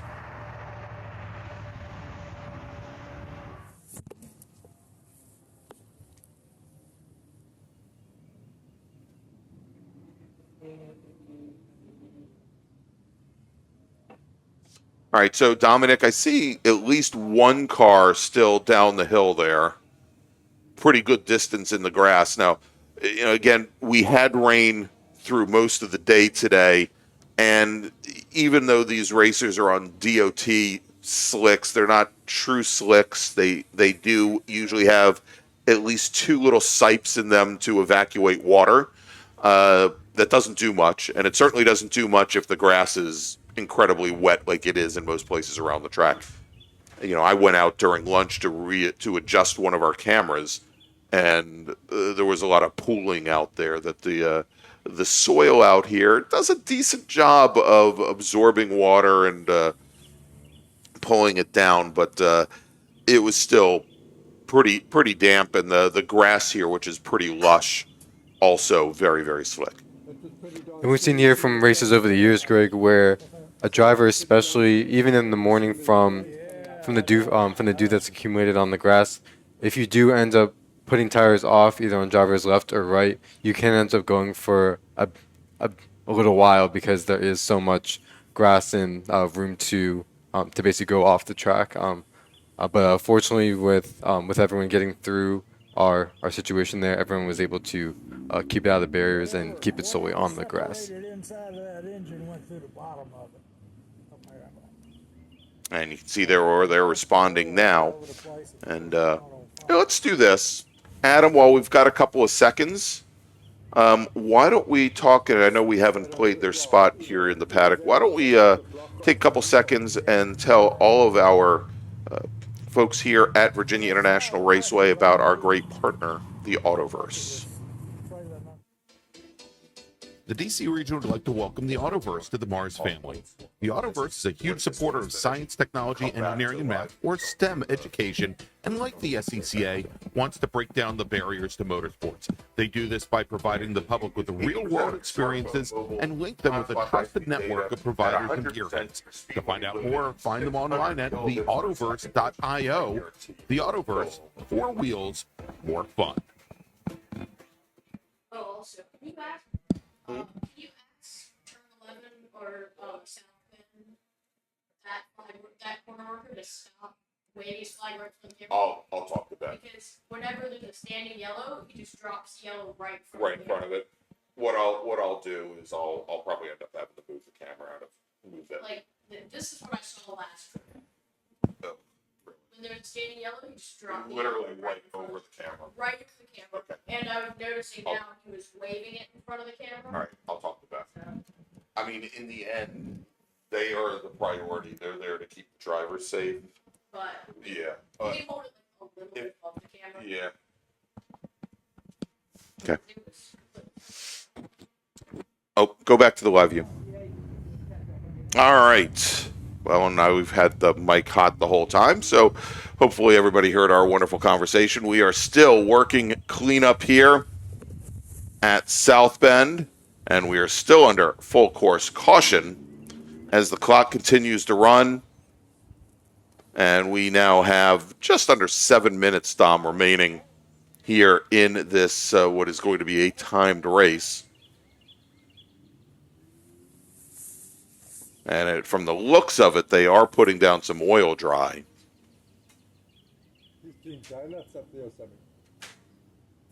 Yeah.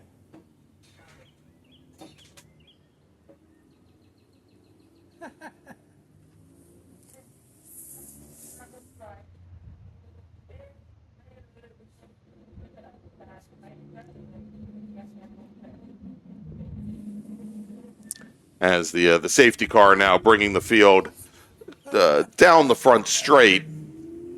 And our racers now starting lap number 6.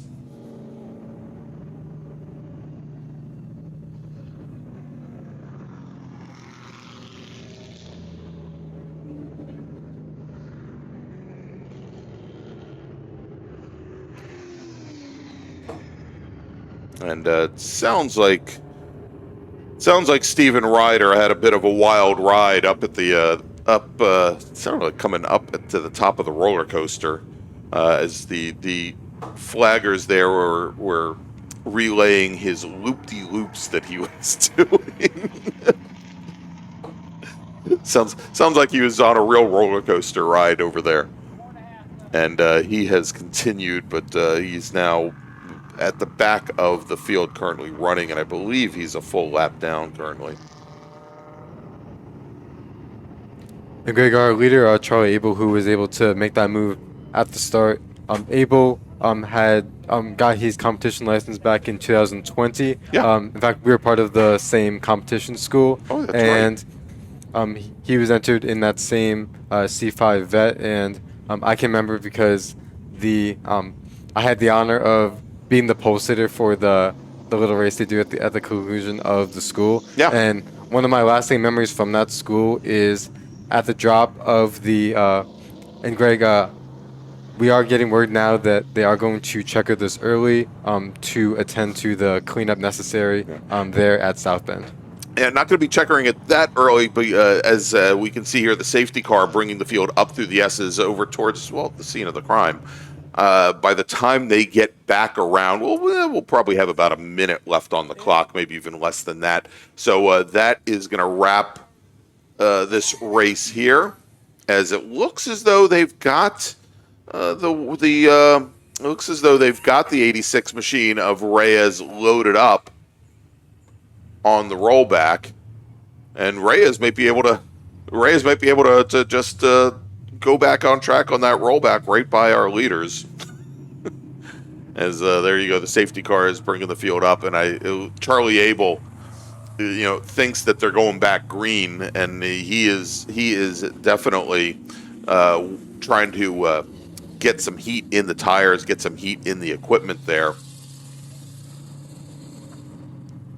Look, I was saying that one of my lasting memories from that school was being the poster there for that race at the conclusion, and once we got the green and looking in my mirror, and right up the middle I see a pair of headlights, and then about a moment later Charlie Abel comes screaming right up the center because I was on the front row with another Miata, and of course the Corvette might have had a little bit more torque, and comes blasting on through, and it had just finished raining earlier that day, and there was puddling, so everyone was being very careful going down to turn one. But that's something that I'll always remember from that school, seeing Charlie Abel scoop past everyone going down to one on a very puddly track. All right, so it looks like they're going to bring Marino Reyes and the number 86 Corvette onto the south paddock.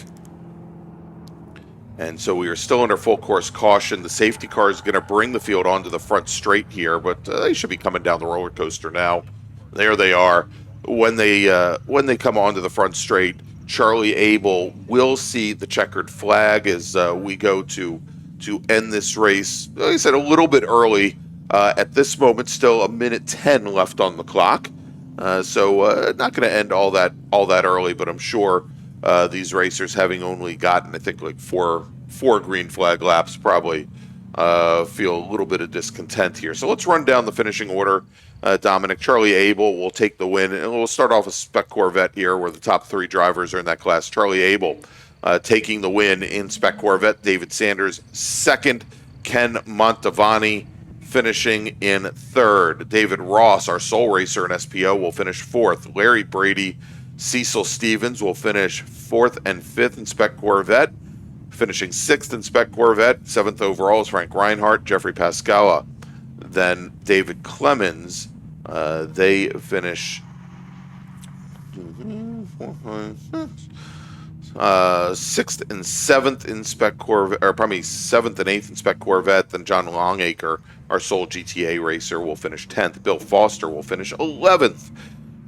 Then Stephen Rose will finish 13th overall. He's our sole GT3 racer. Nathan Jackson, 14th, our sole GT2 racer. And then Dan Sheehy will finish second in GTA, 15th overall. Steven Ryder in the 112 car. He is a lap down. The Chevy Corvette, he managed to recover after his loop-de-loops. He will finish 16th overall, and again, our sole racer in GT2, or probably in Touring 2. All right, so Dominic, let's take another quick break here, but before we do, I'm going to make a final call to the grid for our next group. Attention in the paddock, Tarheel Cup racers, please head to the grid. Tarheel Cup racers, please head to the grid. All right, let's take that break, and we're going to tell you a little bit more about the North Carolina Region's Education Program. Scholarship Program, pardon me.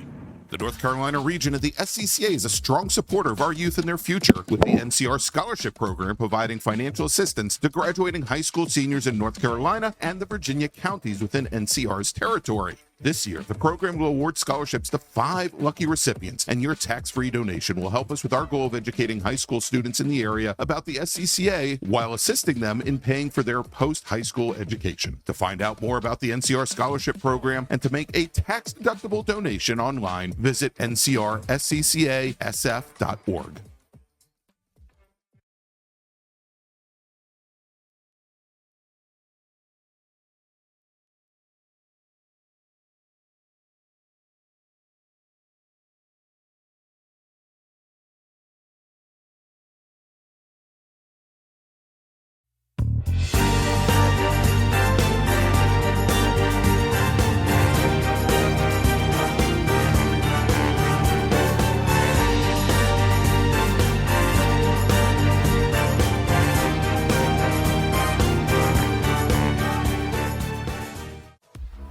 Racing for ALS utilizes high-performance driving events to build ALS awareness and to battle ALS head-on with a triple target funding model that supports focused pharma research, no placebo clinical trials, and providing assistance to individual ALS patients in need.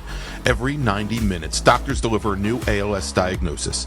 ALS is a progressive and fatal neurodegenerative disease that destroys motor neurons, eventuating muscle weakness, paralysis, and difficulty breathing and swallowing. Most ALS sufferers live just 2 to 5 years after diagnosis, and every 90 minutes, ALS claims another soul.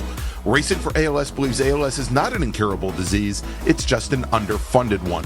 Our mission is to raise awareness and direct funds to speed a cure. To help find a cure, please go to racingforals.com/donate and make sure to join us at our next event. OG Racing carries just what you need to get on the track, from driving suits and shoes to helmets, data and video systems, to your favorite brake pads from Performance Friction, Hawk, and Paget. OG Racing has built its reputation during the last 22 years by providing the best customer service in the motorsports business, and their depth of inventory is second to none when it comes to safety equipment. That's why OG Racing has been the highest volume Sparco dealer for 17 years. Come visit their 12,000 square foot showroom and warehouse located in Sterling, Virginia.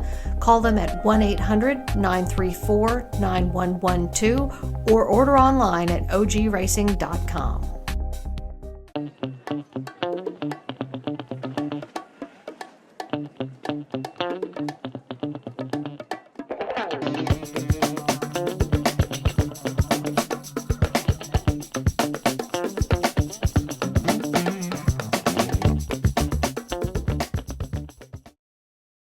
Since 1976, Radial Tire Company has been providing the Washington, D.C. area with quality tires and the finest service.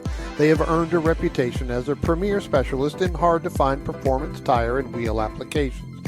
They stock tires from all of the top manufacturers for whatever you drive, from small economy cars to SUVs to trucks.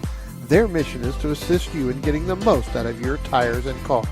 For more information or to schedule online, browse radialtirecompany.com or call them in Silver Spring at area code 301-585-2740. That's 301-585-2740.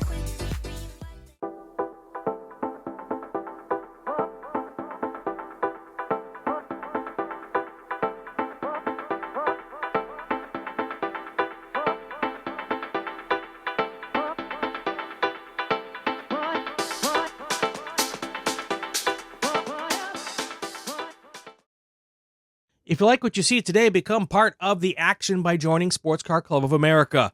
Whether you want to drive, flag, or just have fun with cars, SCCA membership opens the door to all kinds of motorsports to feed your obsession, along with 65,000 like-minded members ready to be friends. Ask someone trackside how to get involved or visit scca.com for more information. RP Performance is the only premier race shop in the region that specializes in both street and track Mazdas and is located right in the heart of racing at Summit Point's Gasoline Alley. RP has been involved in countless race wins and series championships across many classes with drivers of all ages. Not just a full-service shop, RP has been helping drivers with their individual racing and other track event needs for over 30 years, providing trackside support, arrive and drive packages, as well as race car transport services. And they're known for its help all attitude. RP Performance is your go-to for getting cars back on track for that positive experience at Summit Point when you're ready to pack it in. For more information about RP Performance, come talk to them here in the paddock. Call them at 304-728-6749 or email them at Brett, that's B-R-E-T, at rpperformanceracing.com.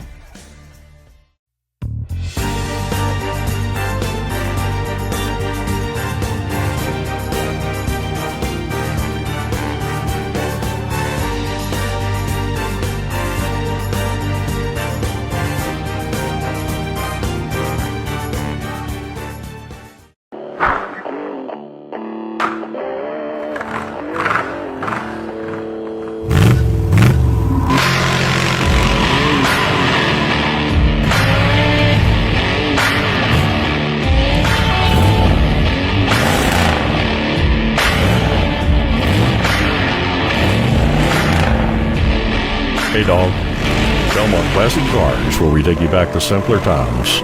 Belmont, Ohio.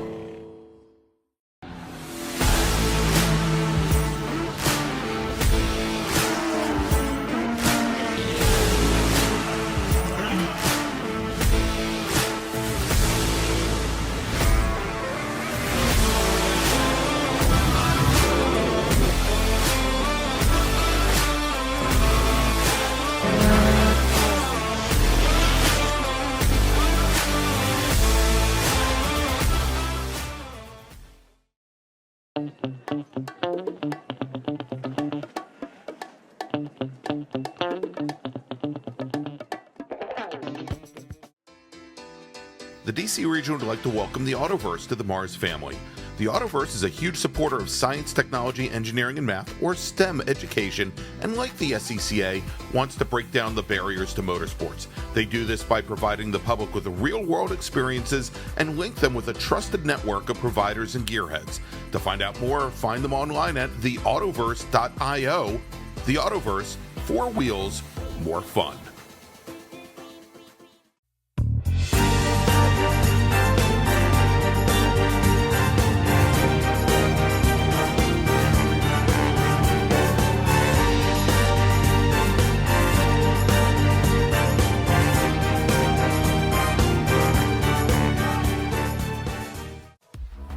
Racing for ALS utilizes high-performance driving events to build ALS awareness and to battle ALS head-on with a triple-target funding model that supports focused farmer research, no placebo clinical trials, and providing assistance to individual ALS patients in need.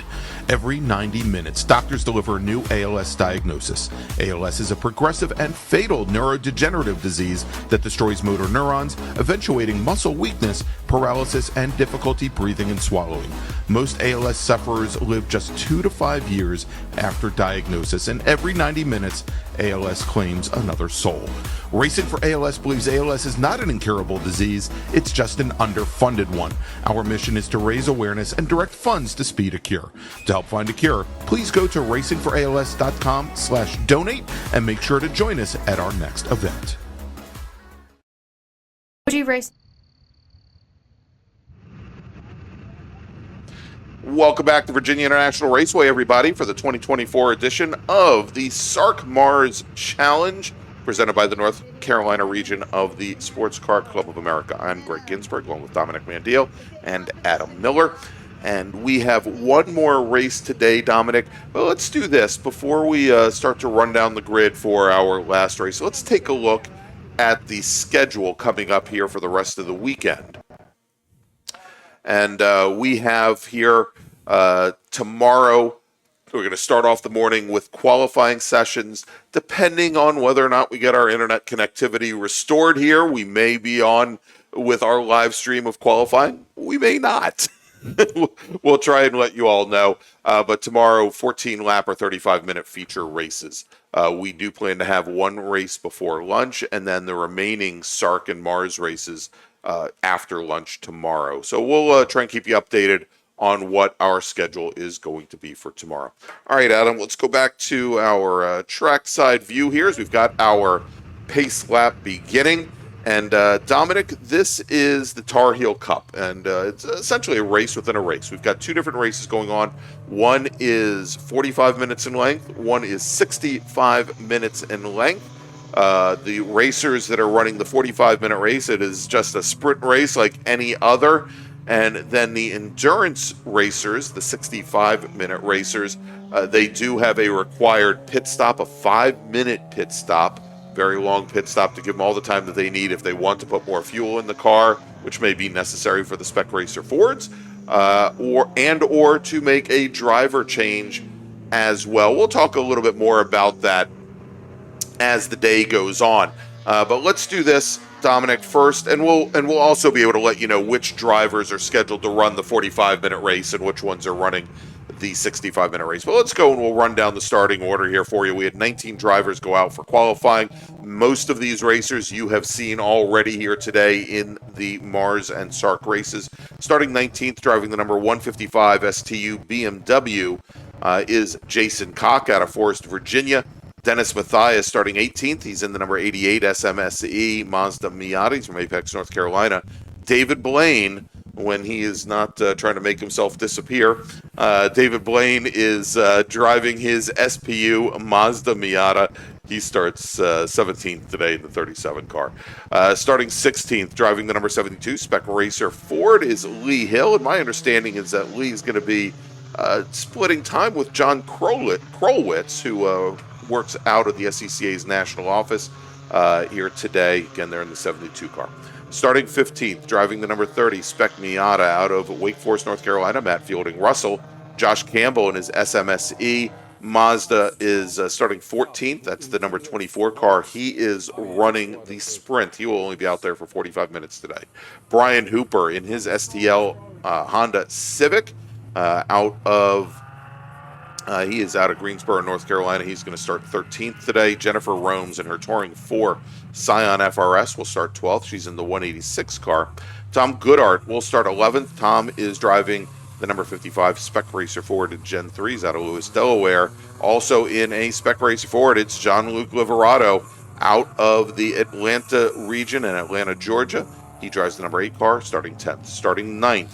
Also running in the 45-minute sprint, driving the number 142 Spec Racer Ford, is Steve Hahn. Chris Broussard, also in a Spec Racer Ford. Tell you what, all the remaining cars are all in Spec Racer Ford Gen 3. Steve Hahn, starting 9th, is running the 45-minute sprint. Chris Broussard, starting 8th, is running the 45-minute sprint. Then Richard Wheel, starting 7th in the 35 car. Sean DeCold, starting 6th in the 56. Brad Gould, starting 5th in the 97. They are all running the 65-minute Enduro. Then, starting 4th in the number 27 Spec Racer Ford is Steve Nelson. William Shields in the number 67, starting 3rd. And Stephen Shue, starting 2nd in the 81. They are all running the sprint. And then your pole sitter today, Don Privet out of New York, New York, in his Spec Racer Ford Gen 3, representing the South Jersey region. He will be running the 65-minute Enduro. And so I will keep that key here for you and me, Dominic, so we can keep track of when those drivers come in. And I'm going to switch over to one of our other timing systems here called Race Hero, because it will tell me when drivers are on the pit lane for an extended period of time. At least it's supposed to. Okay, one of our drivers, in fact, the driver starting 10th today, the 97 at Brad Gould, his 3rd race today. So yes. This must be the motorsports equivalent of a triathlon for him. That's right, because he ran the bracket. He ran Spec Racer Ford Gen 3 and running in Tarheel Cup. And we mentioned that I think this is only his 2nd race weekend racing here. So good opportunity, lots of seat time for him all weekend long. Here as the green flag is in the air and we are now racing. Pick your choice, take your choice, 45 minutes, 65 minutes, it's all the same to Dominic and me. Here as they go into turn one for the very first time. Yep. And Greg, something that's going to be unique about this, we see a number of drivers who I recall having run this race last year, and especially for a lot of the, as we see them coming out, a big pack of spec races. I believe the top 10 were all in spec races for this group. And so what we're going to see, I think, is a bit of a separation, just of course based on speed and performance potential. But for a lot of these drivers, this having been not something that especially a lot of our MARRS competitors have participated in, a longer race than many of these drivers are accustomed to. So as far as the distance is concerned, we're going to have to see which drivers are at this point in the day up to the task of running a much longer session than they may have otherwise run previously. Yeah, and I'll tell you, I was a little surprised to see so many of the Spec Racer Fords running the 65-minute version, because I don't know for sure if a Spec Racer Ford can make it more than about 55 minutes on a tank. You know, your father might know, as your father, Vince, ran Spec Racer Fords, at least the Gen 2 version, for many, many years. But this is probably one of those reasons we were talking offline with Adam about, well, you know, these 5-minute pit stops, why do we need 5 minutes? You know, other endurance organizations, they do much shorter pit stops. But I'll tell you, for you to have to pull the bodywork off of a Spec Racer Ford and maybe put in 11, however many gallons is the fuel cell in that Spec Racer, it takes a while. It's not as simple as just pulling your car up to the gas tanks and gas pumps and filling up your Chevy Caprice or something. Because for these Spec Racers, it's about undoing the clips to the rear bodywork. It's about making sure that you have first your fuel, and then you make sure that everything's reattached. Yeah, everything gets reattached too, because these cars are definitely need to be put back as they were found, so to speak. So as we have our first flying lap in the books, it continues to be Bill Shields in the 67 car who leads, followed by Steve Shue in the 81, and then Jean-Luc Alvarado, who's running in third place. We didn't see Jean-Luc out. He was scheduled to race in our first event today, which was our Spec Racer 4-3 race, but able to make it out for the Tarheel Cup this afternoon.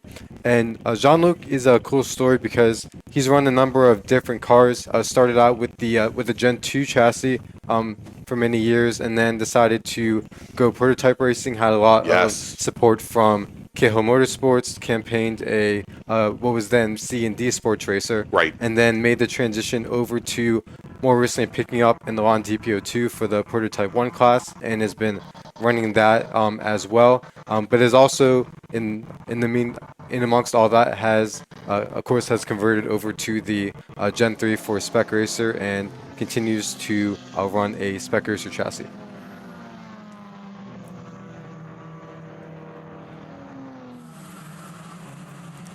All right, as our racers now working lap number 2, and again, this is not a race based on laps, but a race based on time. Some of our racers will be running for 45 minutes, some for 65. Again, the drivers that will be racing for only 45: Stephen Shue, who is running second overall; William Shields. And I don't know if William Shields, he did make the grid. Shields is currently our lead driver on track. Then Steven Nelson, who is running 6th overall. Chris Broussard and Steve Hahn. Broussard running 7th overall in his Spec Racer Ford Gen 3. And Steve Hahn running 11th in his machine. They are all running in the sprint. And our sole non-Spec Racer Ford racer running the 45-minute sprint is Josh Campbell in his SMSE machine. And Campbell there you can see running 15th overall.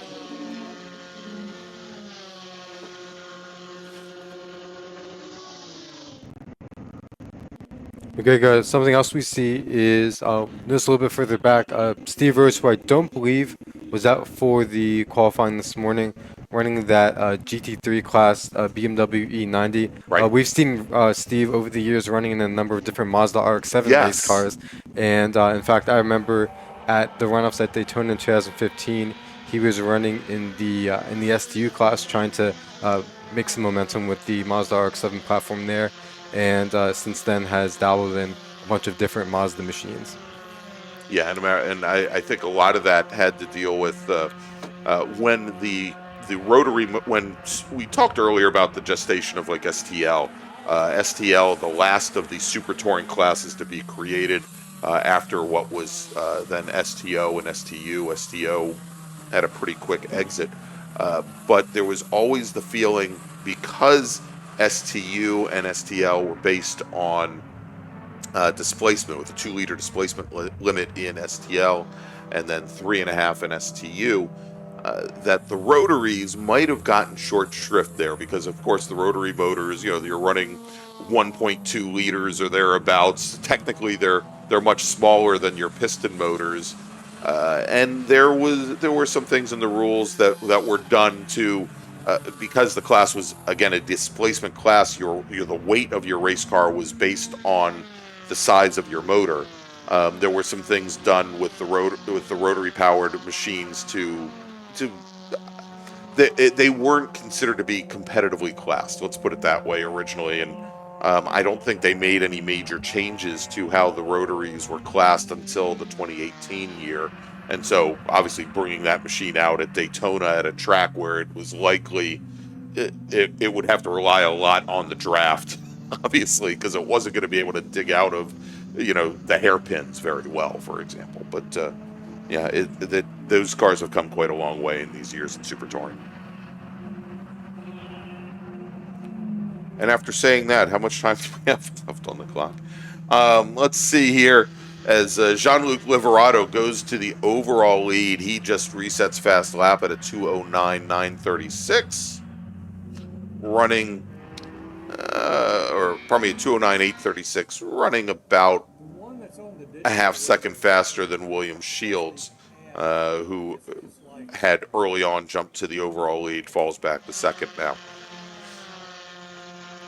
And even though there is a 5-minute minimum pit stop time for our drivers that do run the 65-minute endurance version, we saw this at Carolina Motorsports Park back in late March, early April, when a full course caution came out with about 10 minutes remaining in the race, and some of the drivers, as a normal force of habit, will wait until the very last moment to do their pit stop and then go. And there just happened to be like 2 or 3 drivers that, unbeknownst to them, they called it right. They ended up, the course went full course caution while they were already on the pit lane as part of their pit stop, because I believe, if I remember correctly, if the full course caution comes out, you can't then come in. Basically, the pits are closed under full course caution. But the cars were already there, and so as the safety car was deployed and these cars were going so much slower, it allowed them in some cases to basically take up one less lap than some of their competitors that had to pit in while it was green, while the track was green, and it was pretty easy wins for them. So we'll see how things play out. Sometimes you get lucky like that, except for the driver that caused the full course caution. He wasn't so lucky. And on that last lap, Steve Shu, who we saw earlier on in Spec Racer Ford, runs the fastest time of a 209.288. And Steve is a long-term runner in this class, was the 2013 MARRS champion back in the Gen 2 configuration. So I believe has held on to that same chassis throughout the years. And then running in 4th place, we have Sean DeCold. Cool story there. Steve Intron, who was your 2021, I believe. 22 national. Yeah, 22 national team. Thank you, Rick. Yes. In B-Spec. This is his old car.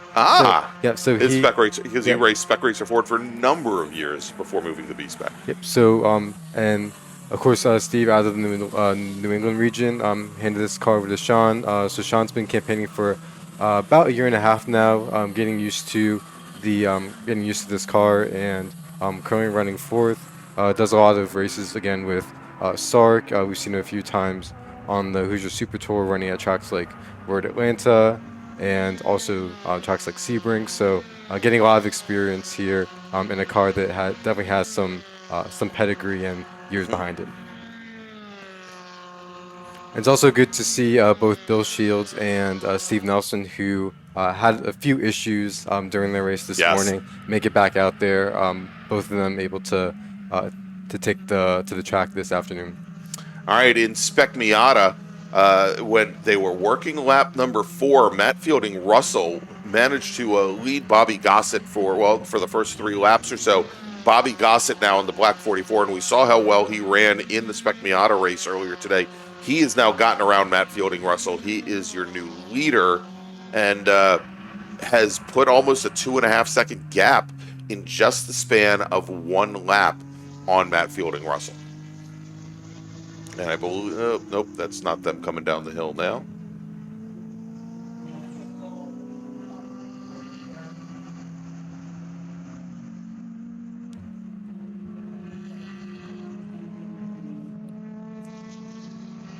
And Greg, we had talked about earlier on Steve Rose in that BMW E90. Our hard charger so far, he was started well back in the field, has made his way up to 8th place. His fast time was his last time at a 2-minute 10.460, making some advances through the field.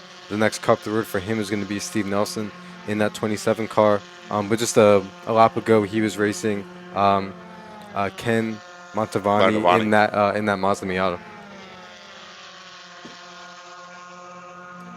And, of course, Montavani, who we saw just a little while ago in the Spec Corvette. So big change in strategy and driving style, I'm sure, between those two machines.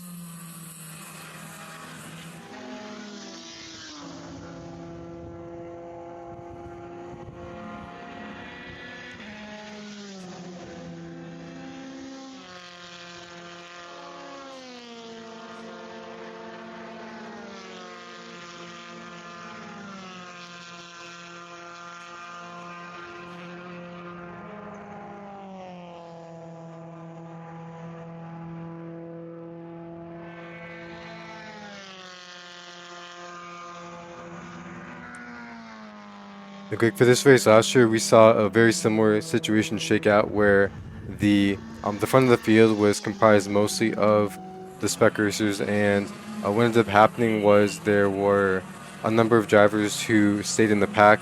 Mm-hmm. If I remember correctly, Herman Rashford Jr. ended up being the overall winner. Yes. Not here this weekend, but he played many different roles within that race. He was the person who lied in wait for a while, then as you do, as the laps begin to close, began to see where he made his moves and was able to take the overall victory. Looking over to turn 1, we have, it looks like a 3-car race there. That's going to be with Richard Wheel in the 35, Steve Nelson in the 27, and then I believe that's going to be Chris Broussard in the 26 car, all 3 running nose to tail, all in Spec racers.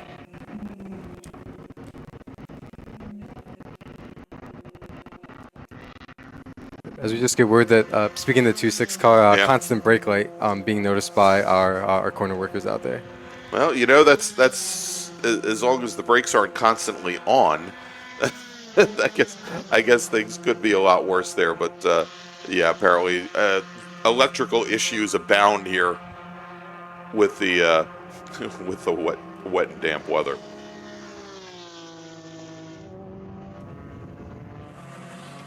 And for those who aren't familiar with the Spec Racer chassis, they do have that single brake light that is right behind essentially the driver's head on their roll bar. So basically I believe the rule is that they have to have that operational, at least for as far as the drivers and for the officials to be able to see it, and in order for them to be in compliance for their result to be official. So because all the Sports Car Club of America road race cars now need to have an operational rain light for production-based cars, the regular parking lights definitely suffice, but for formula cars, prototype cars, the spec racers, they typically need an FIA-approved rain light as well. Does that mean they basically now stack a second light over top of the brake light, or do they just modify the brake light to also be able to flash? I think there's been some creative things that have been talked about. I don't believe at this point that SCCA has mandated an official solution to having a brake light go out, but they're working a lot. The drivers really try to work a lot with the electrics to make sure that their lights are visible when they're being used and that they're quick to fix it in the case that they either burn out or they experience something else in the inner workings of that light. Gotcha. All right, so we're still watching this this neat little fight play out in Spec Racer Ford. And let's see, who did we say this is?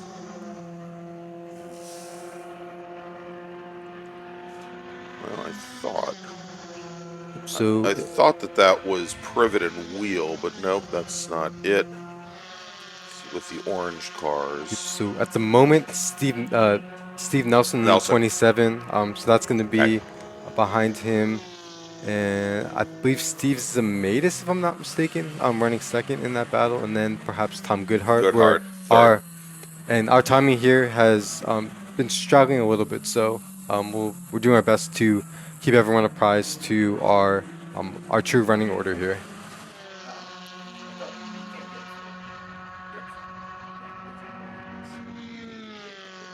And over our leader, Jean-Luc Alvarado, continues to pace at the front. His fast time of a 2:08.646 was set on the last lap. Compare that to Bill Shields running in second place, who ran a 2:09.104, a few tenths in hand advantage for Jean-Luc Alvarado. And then going back to third place, Steve Shu, who ran a 2:09.186, so in the same ballpark. So we'll go and reset the rest of the top 10. Running in fourth, we have Sean DeCold in the 56. In fifth place, we have the 57 of Don Privet. Sixth place belongs to Richard Wheel. Seventh is the 27 of Steve Nelson. And running in eighth, we have Steve Rose. Ninth belongs to Steve Zemaitis. And running at the top 10 is, at the moment, is the 190 of Ken Montavani.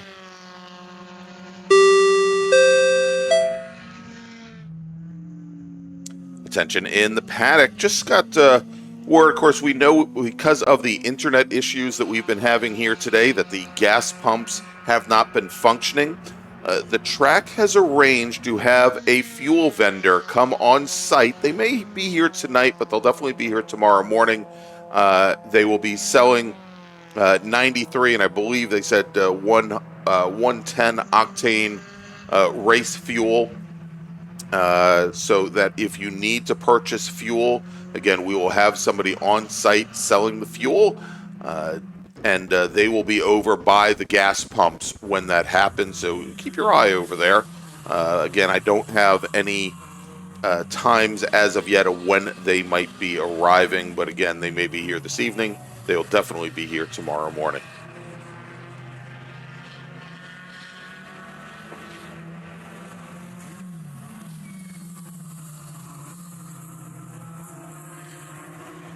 Going back to that Spec Racer Ford battle, making its way now onto Madison Avenue.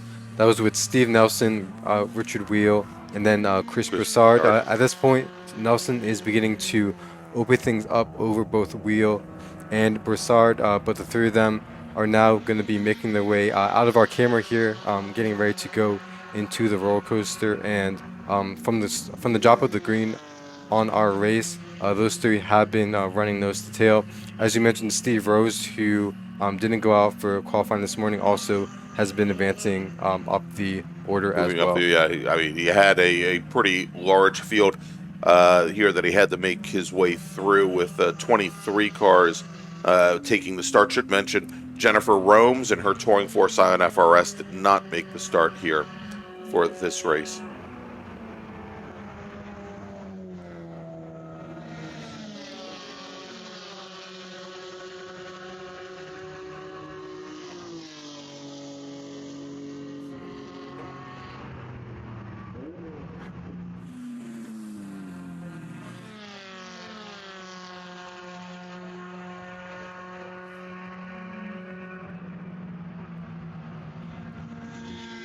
And Greg, we're getting worried that in order to assist the drivers, because as you mentioned, some of the drivers are doing 45 minutes here, Right. and then some drivers are doing 65 minutes, that they're going to have at the starter stand, a designation to help out some of the drivers who are only doing 45, and then drivers who are only doing 65. Reminds me a little bit of the lap to go boards for track and field to make sure that everyone is on the same I page. was going to say that is certainly right up your alley. I'm just worried that drivers that are out for the 65-minute race will see that 1 to go board and then decide to pit it. All right.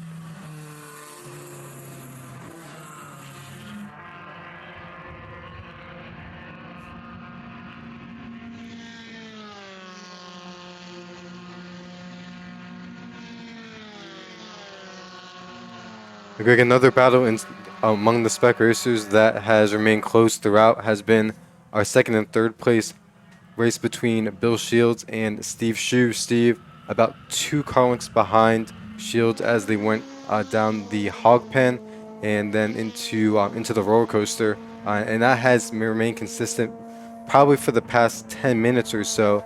Those two have distanced themselves quite a bit from our 4th place runner, that's Sean DeCold in the 56, running a bit of a lonely 4th at the moment, as the aforementioned Shields and Shue make their way across the line, running nose to tail, although Jean-Luc Liverado does have about 5 seconds in hand at the moment.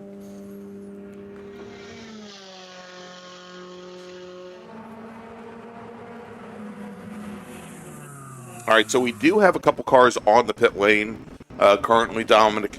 One is Don Privet, driver of the number, oh my gosh, 57. Thank you, Spec Racer Ford Gen 3. The other one, Matt Fielding Russell in his Spec Miata. Fielding Russell driving the number 30 machine. Also, we've got Dennis Mathias on the pit lane. Mathias in SMSE driving the number 88 Mazda Miata. So we'll see here. Those drivers are doing the enduro, so we should see them go out again. They have a 5-minute hold, basically a 5-minute pit stop. They do not need to take fuel if they don't want. They don't need to change drivers if they don't want. And now we see the Privet machine heading back out onto the track and rejoining the action. The one thing that they do need, however, Dominic, is that we've got there are 2 components to these pit stops. There is the time that they spend in their pit stall in the box, and then there's the transit time during the pit stop itself. And for these racers, there is a 12-second transit time. So essentially, from the time they come into the pit lane to the time they cross the timing loop and leave, their pit stop has to be essentially 5 minutes and 12 seconds longer than their fastest lap.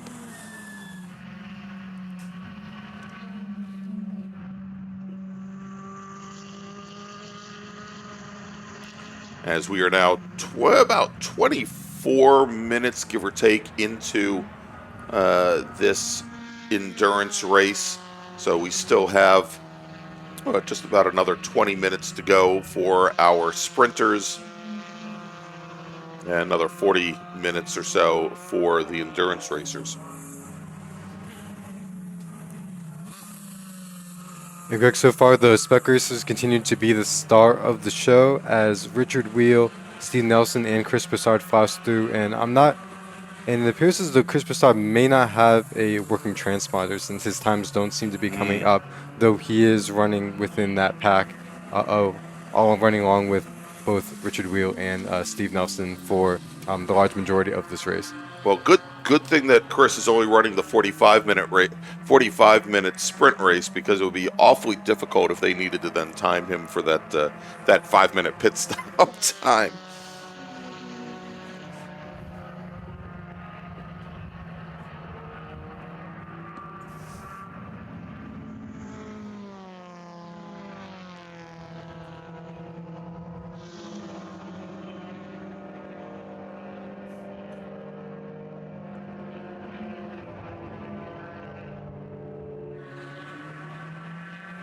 how I do love the climbing S's, the uphill S's here at VIR, Dominic, between such a contrast with the uphill S's here, the downhill S's at Road Atlanta, and they are both so incredibly difficult. When I raced here in my Honda CRX, that portion of the track is what we always tried to set the car up for, because it was always a pendulum through the uphill S's here. And that was the challenge to try. You wanted to have a very loose race car, but try to keep the rear end of it underneath you there as you continue to feed in throttle. Such a tough, such a very difficult proposition there. And then you turn around and look at Road Atlanta. It's the exact same thing down in reverse, except you then have to figure out how to get up out of turn 5 at the very end. You know, it is almost exactly reverse. Here you go through South Bend and drop down the hill, and so challenging, but also just when we watch these camera views, so pretty here at VIR. And it's just a balancing act too, because you want to be able to get the car to rotate going through each part of the S's, but you don't want the car to start to become too much a handful. Yeah, exactly. And so where it's becoming hard to control. As we see our Spec Racer contingency with Nelson, Wheel, and Broussard making their way into turn and getting ready to go into turn number 4. Steve Nelson currently heads that trio.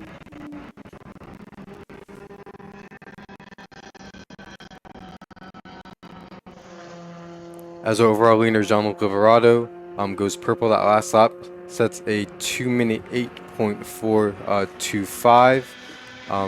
And Bill Shields, who moves back about 7.5 seconds. Last time was at a 2:09.7. So Jean-Luc having the pace of his fellow competitors thus far, as we are just about 27.5 minutes into our Tarheel Cup. So Steve Zemaitis just passed the start-finish line. Zemaitis almost 25 seconds off of what he is normally lapping at. He had a pretty wild ride through Hogpen over at turn 17, got the car back under. And it appears as though we've got another driver having some issues, and I think it may be Brian Hooper in the number 42 STL Honda Civic. We've had a driver that went off at South Bend, and oh, no, it's definitely not Hooper. That is a Spec Racer Ford. And Greg, I believe I got word that is the 27 of Steve Nelson, who took a adventurous line out of South Bend. And yeah, apparently. Is now safely rejoining the track. And I think he was looking for every little divot and every little bump over there to make sure that he wouldn't put that very low-slung Spec Racer Ford up in the air, and he does rejoin. The reason I thought it was that it was the Honda Civic STL driver Brian Hooper is I just saw him lose 4 positions on the last lap, and he is now showing as being a lap down. I'm wondering if he may be on the pit lane, possibly. I'm looking to see if I can find the Honda Civic, and I don't see it in my purview. Adam, I know it's kind of hard to pick out with your views, but it'll be a burgundy Honda Civic coupe, and we'll see if that's out there at some point. But okay, yeah, because I think he may have brought the car onto the pit lane. It's just out of our view, however. And I'm showing Bobby Gossett as possibly being on the pit lane as well in his Mazda Miata. They're currently running 17th and 18th overall.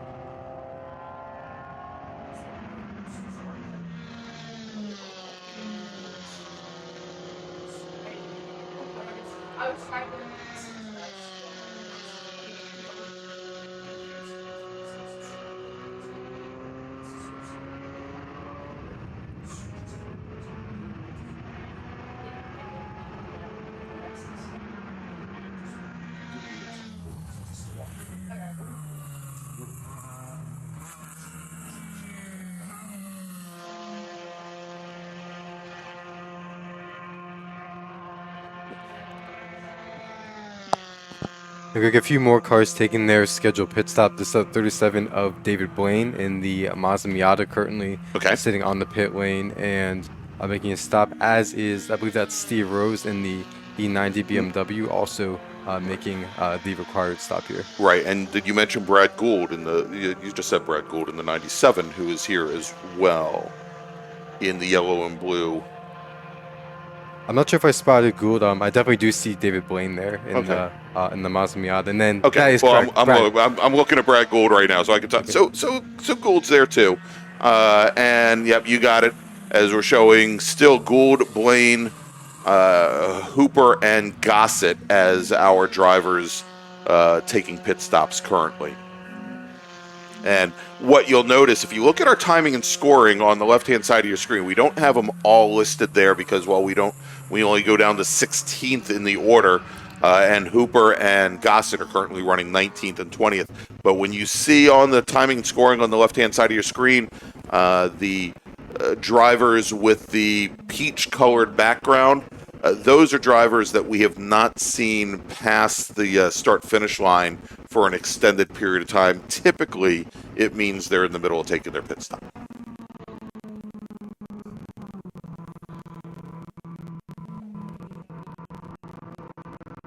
And we see there Richard Wheel and Steve Rose. Now showing as possibly being on their pit stops as well. Those drivers, Wheel in a Spec Racer Ford, Steve Rose in the GT3 BMW. I think we got a question about Brian Hooper was just answered. The Crimson Honda Civic making its way back onto the track. Yep, he's just now pulling off the pit lane now, which means we'll probably see Bobby Gossett's Miata leaving shortly.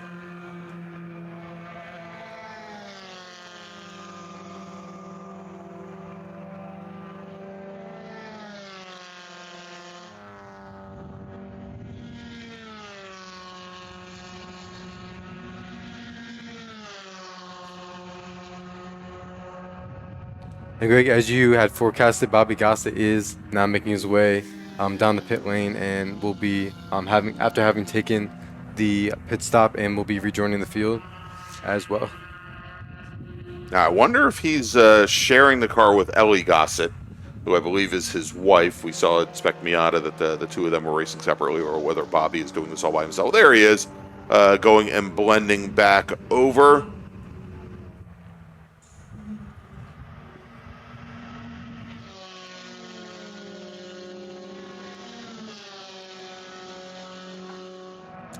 So that leaves Richard Wheel, Steve Rose, Brad Gould, and David Blaine on the pit lane.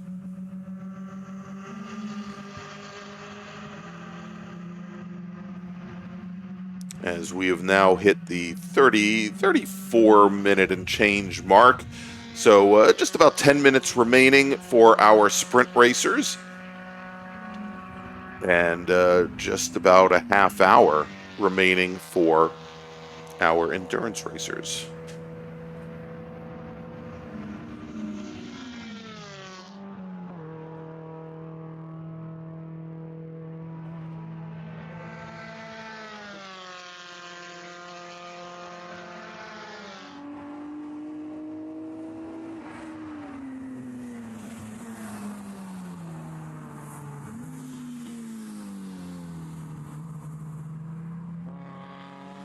Okay, one of the cars that I don't believe we've alluded to much throughout the session, the 155, that's the BMW 328 of Jason Koch.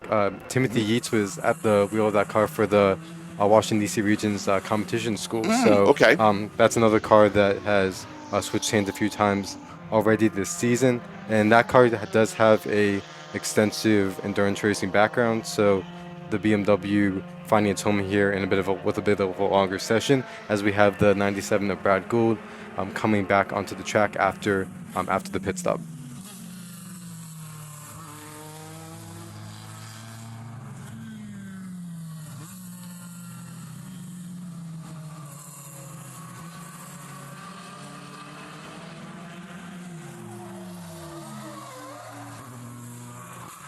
And then looking to our battle for second and third overall with both Bill Shields and Steve Shu. Those two were making their way out onto Madison Avenue. As Greg, we are getting word. Yeah, we've got a local caution at turn 11. If you can go to that Madison Avenue camera, here we go. Oh, and it looks as though that car has now recovered, as it was sitting dead stick in the grass about halfway between turn 11 and the Oak Tree Bend. And they were getting covered by a local caution over at turn 11. We know that local caution is now gone, well, because we've got two cars going side by side into 11. All right, we had a couple more drivers head back out onto track. Richard Wheel and Steve Rose rejoined. I think that Lee, and actually we just saw Jason Koch in the BMW just go down the pit lane here. So we'll see if he ends up. I didn't see if he went behind the wall or if he's now back out on track. I'm sure he's back out on track.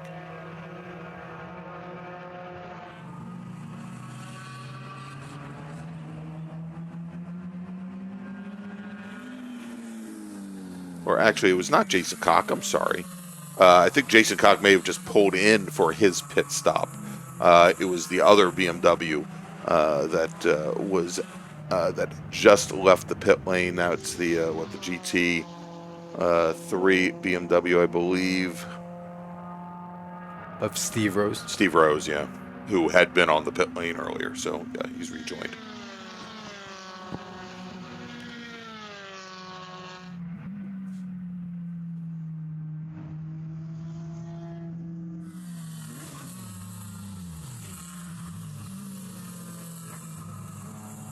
And then coming into our view on our camera, again, a number of these drivers running, some of them, in fact, for the drivers who are running our shorter race, have only have T-minus 7 minutes left in their session to run here. So as we heard from Control, they're gonna try to display a board to let the drivers know that they are working their final circuit, displaying those to the drivers who have elected to run that 45 minutes.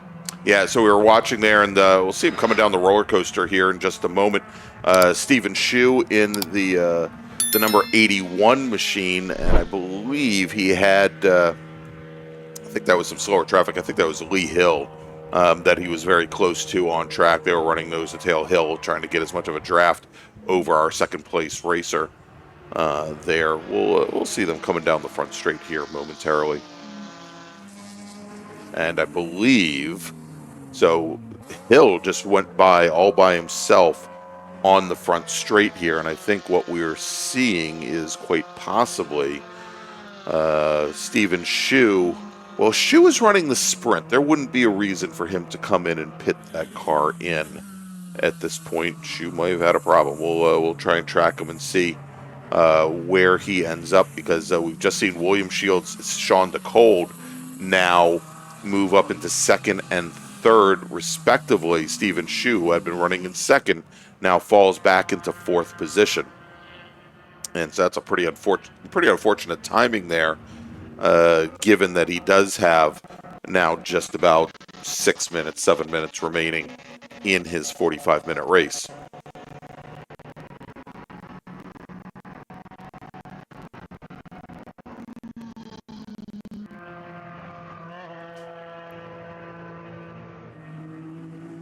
And Greg, I'm sure that for these drivers, because I think probably with the exception of Group 1 this morning for qualifying, which was Spec Racer Ford, that all the drivers are probably just happy to have a completely or pretty much a dry track Dry to run. track. Because this morning it was anything but for most of It was pretty for most of them. miserable. So having just the differences in grip, and as we're getting close to the 5 o'clock hour, and right now the conditions are fairly optimal as far as tires being able to maintain themselves. It's not overly cold. It's also not really hot, so tires aren't getting as greasy as they may have otherwise gotten had the sun been out all day and had a lot of rubber been laid down on the track. So these conditions are probably fairly comfortable for both car and driver at this point, as we have the 27 of Steve Nelson getting serviced and making the stop and making his way back out on track. And Greg, as you were talking about with Steve Shu, who had you mentioned was running the sprint today, has made his stop on pit lane, and if he's running the sprint, this might be the conclusion of the session. We'll have to see what happens there as he consults some of his crew members down there on pit lane. Well, yeah, and the person that's hanging over the front of his car was pointing back towards the paddock. We'll try and get a word on it, but again, we had Stephen Shu in that white with green number 81 that he was scheduled to run the 45-minute sprint, not the 65-minute enduro. If that's the case, again, with him on the pit lane, he is giving up laps here at the end of the series. We'll see.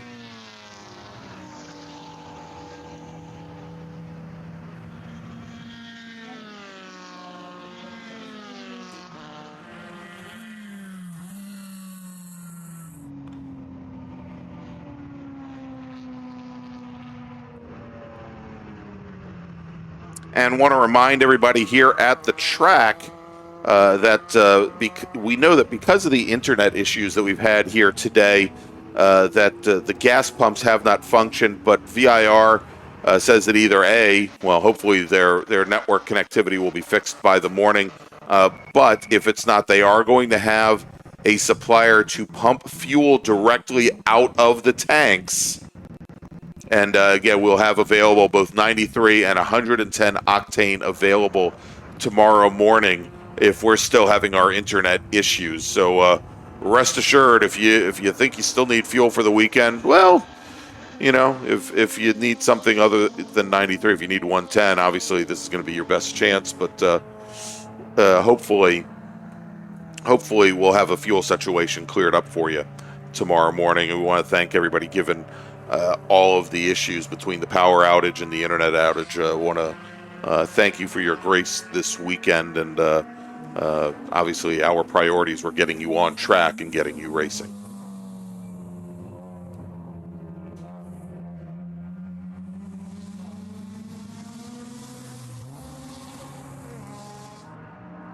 Okay, we have a few more drivers making their way back onto the track. I think one of them was signaling that they are going to be making their way into the paddock. So one of the drivers doing the short version of our Tarheel Cup today. And looking at our designation here between our sprint versus our full enduro drivers, Gianluca Verrata, our overall leader, who ran the fast lap on that last lap at a 2-minute 8.179, has not taken his stop yet. So we'll see what the plan there is for the driver of the number 8 car. All right, Stephen Shu now heading back out on track.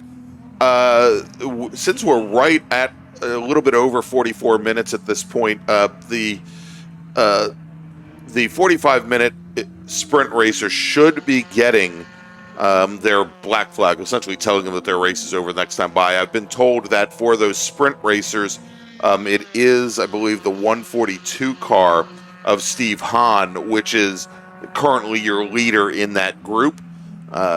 They were not able to give him a 1-to-go board before he cross start finish, but they will give him obviously the finish of the race, the black flag, the next time he comes by. A few more cars on the pit lane. We just saw I think it was the 97 car go by us here. William Shield, Steve Nelson had just rejoined. Sean DeCold and Lee Hill now on the pit lane. And we talked earlier about Matt fielding Russell, where we thought maybe he was one of the early pit stops. He has only completed 9 laps here today. So obviously some mechanical issues with the number 30 machine.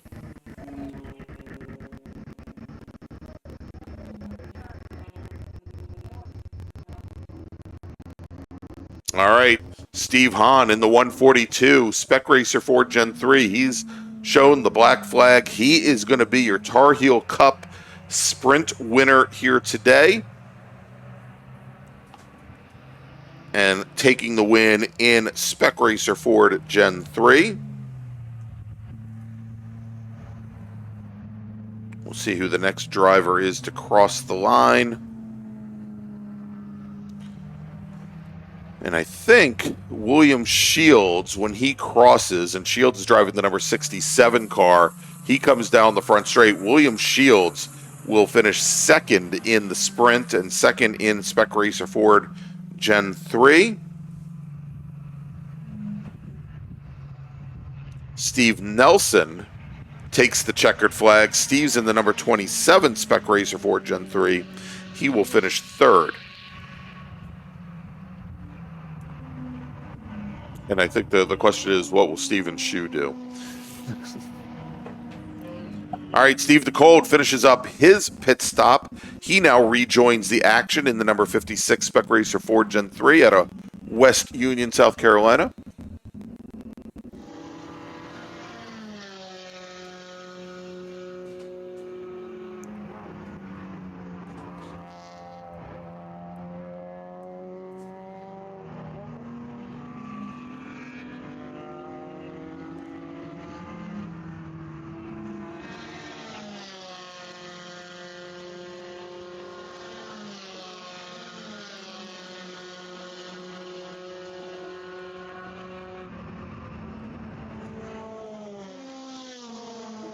And Greg, as you mentioned at the top of this race, that I believe all of our drivers in our Enduro this afternoon are entered as participants for the weekend. So important to remember that these cars have a feature race for tomorrow as well. True. So they need to, the drivers would be wise to make sure that there's something in the car for tomorrow. Yeah, that they don't burn the car to the ground. Exactly.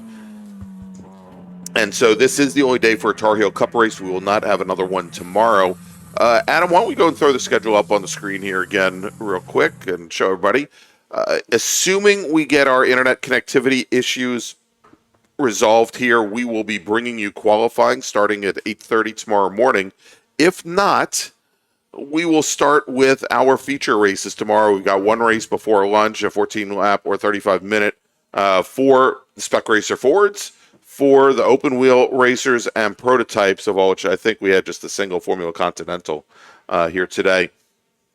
We'll then take about an hour break for lunch, and then we will finish up with our remaining, although it says groups 2 through 6, there is no group 4, so it'll be 4 races after lunch.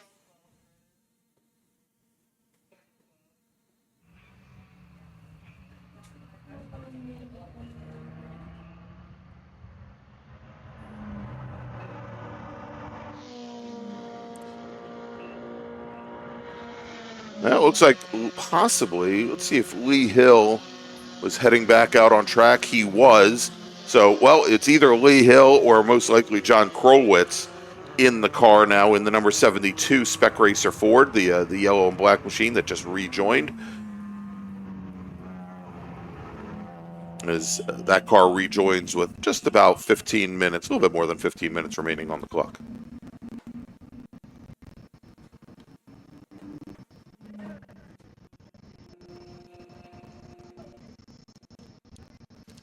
And Greg, I'm continuing to keep my eye on Jean-Luc Goverato, who is at this point going to be running the full 65-minute session. He has yet to make his scheduled stop, so there's likely a course of plan there for when he'll be coming into the pit lane.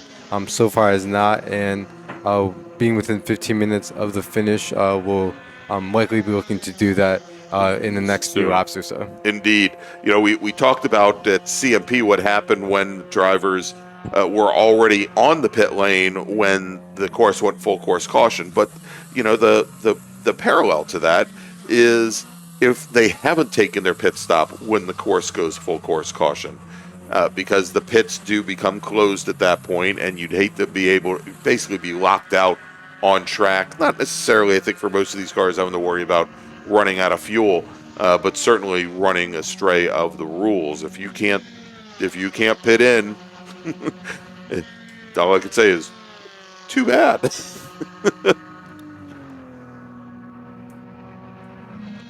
And we hopefully will have this camera here, this Madison Avenue camera, fixed up a little bit for you tomorrow.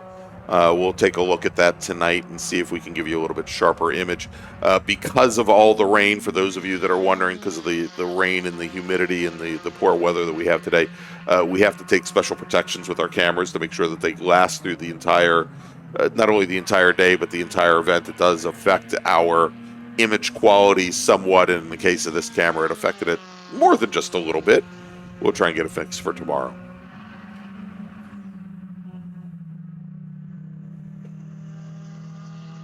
Well, looks like Stephen Shu, he's not running the sprint. He's running the full deal.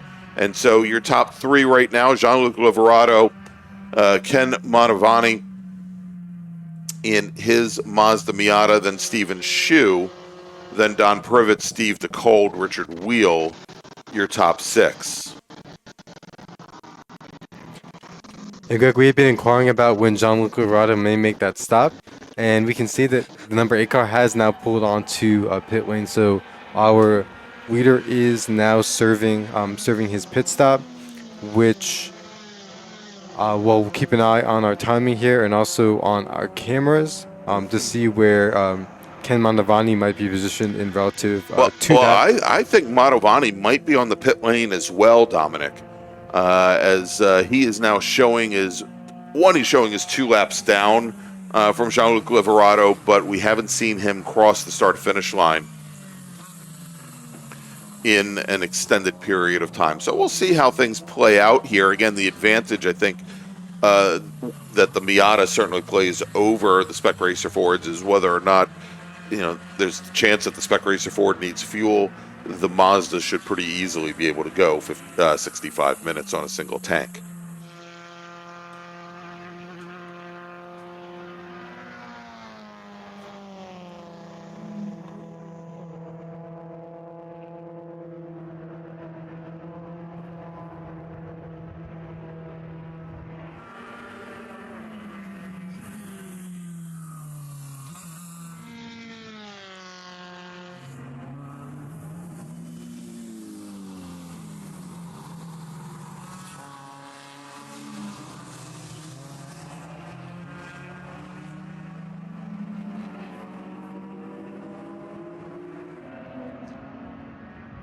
And, all right, it looks as though, let's take a look, because Shu, Privet, and DeCold, who have all taken their pit stops now here, have all passed and run more laps than Ken Mantovani. So Mantovani now dropping to 6th as Richard Wheel has passed him as well. And I believe Wheel in the 35 machine had taken his pit stop as well. So I don't think Liverato really has much to worry about from the Spec Miata. What he might have to worry about are Shu, Privet, DeCold, and Wheel, however, that are currently showing as 1 lap down from Mantovani. So with these drivers turning in the 2:10 range or thereabouts, we'll see how much longer it is before Jean-Luc Liverato peels out. I think just from, using my fingers and toes, that Liverato has already been in the pit stall for more than 2.5 minutes. So we'll see here as the 190 machine comes down the pit stall, the pit lane. Mantovani completes his pit stop, and he now continues, and he's going to rejoin in 7th position.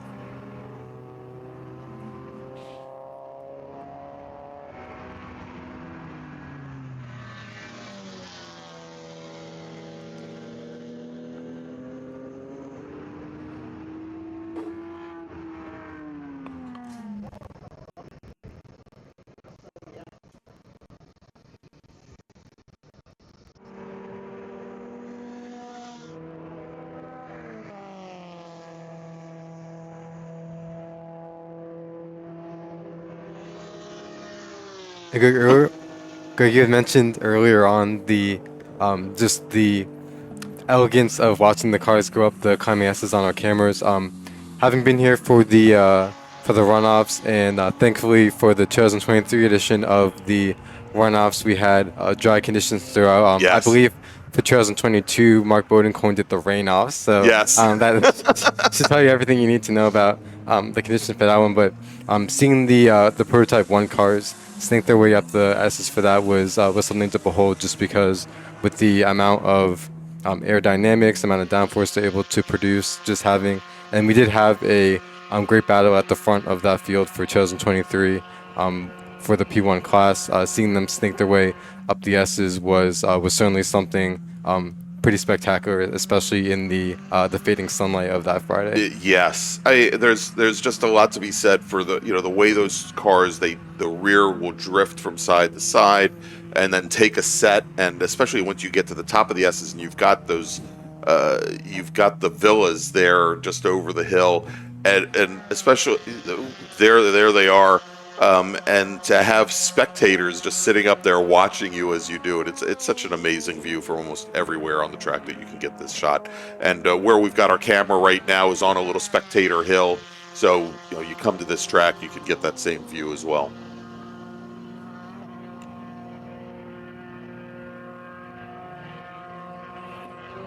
And Jean-Luc Liverado is now back underway and will rejoin. And at the moment, we'll wait for our timing here, as we have about 8 minutes roughly left in our session, where Steve Shu, Sean DeCole, and Don Privet are in relation to Jean-Luc, who just momentarily, just a few moments ago, rejoined the circuit. Well, and Steve Shu just crosses the start-finish line, and he is now about 17 seconds. There he is going down into turn 1. About 17 seconds behind Jean-Luc Liverado, and then we've got the next machines. Here comes the number. That was the number 4 of Zematis, who's a couple laps down. But now we're starting to see where DeCold and Privet cross the line. DeCold another 26 seconds back from Steven Shu. Don Privet a little further back from there, and only. That's actually turning into a nice little battle right now for third in Spec Racer Ford, as Don Privet is now pulled up to about 1.3 seconds behind Sean DeCold, and we just saw them in the trailing edges of that shot. Say if we can stay on this one here, oh, too late. We should see that the fight between DeCold and Privet here coming into our view momentarily.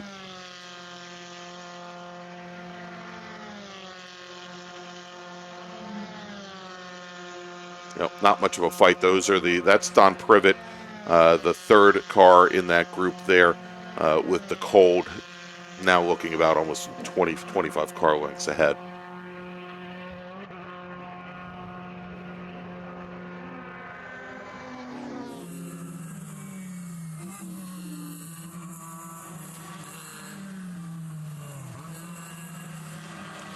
Don Privet was the New York-based driver who was out at the April MARRS event and was had been away from for a little bit, and during the, if I recall correctly, during the Sunday race ran as high as 4th or 5th. Had a little bit of a moment in the middle of the race, which put him back a little bit, but made a big splash during that race to come back after having not been in the car. And for any driver who's spent time out of the race car, away from turning high performance laps around the track, sometimes it's as the old ad says, learning how to ride a bike again. Yes. Trying to get the feel, even if you're someone who has years of experience and numerous laps around the track. There's always that rust that you have to knock off. Yep, trying to get back into the swing of things can sometimes be a process. Okay, and we have just elapsed the 1 hour mark, so it'll be about 5 minutes left for our 65-minute runners here. Yep, indeed. Just a little bit of time remaining. About 5 minutes, as you said. And it is, again, it's Spec Racer Ford Gen 3, Jean-Luc Liverato, Steve Shue, Steve DeCold. Then we've got Don Privet and Richard Wheel, our top 5 drivers, all Spec Racer Ford Gen 3s. Steve Rose in his GT3 BMW machine. He is currently running 6th overall. I believe he's our only GT3 entrant. Ken Mantovani in his Spec Miata, or his SE, actually it's not a Spec Miata, but it's an SE2 machine. He is an SE2 is Southeast 2. It's an endurance class. I think originated in the ECR series, and so he is currently running 7th overall. And Steve Zemaitis, Lee Hill, Tom Goodart, Brian Hooper is your STL leader. He runs 11th overall. David Blaine running in SPU in his Mazda Miata, running 14th overall.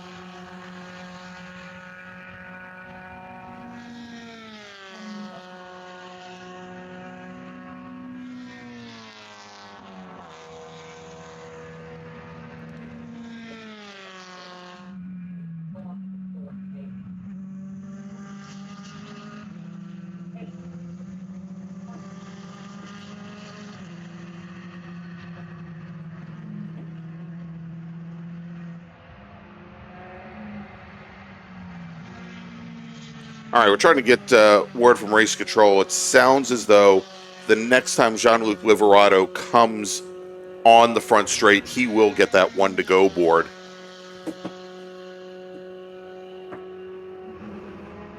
And so we'll be tracking him.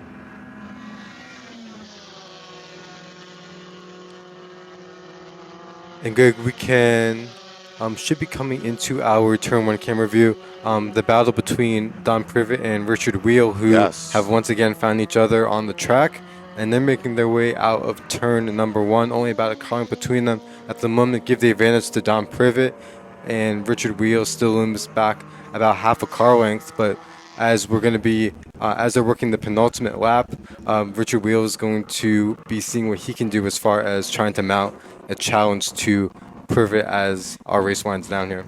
And you know, earlier today, when we were running down the grid for the Spec Racer Ford Gen 3 race earlier today, and I saw Richard Wheel as being sponsored by Citgo, and I thought, oh, that's got to be a big joke because he's from Boston, Massachusetts, and I think about the big Citgo sign over by Fenway Park. And no, his car has actually got a Citgo livery on the side. So, all right, let's take a look here. Coming down the front straight and getting the 1-to-go board, Jean-Luc Liverato in the white and black number 8 Spec Racer Ford Gen 3. There he is coming into our view, coming underneath that Spec Miata.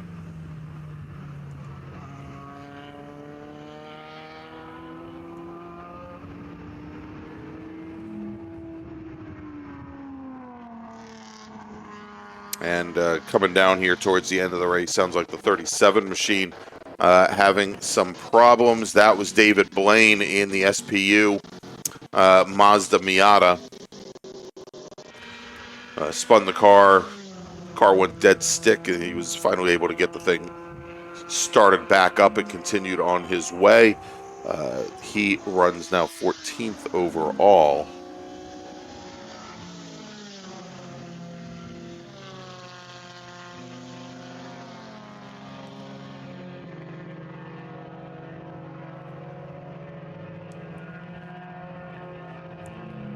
And as we see our overall leader, Jean-Luc Liverato, making his way up the climbing S's.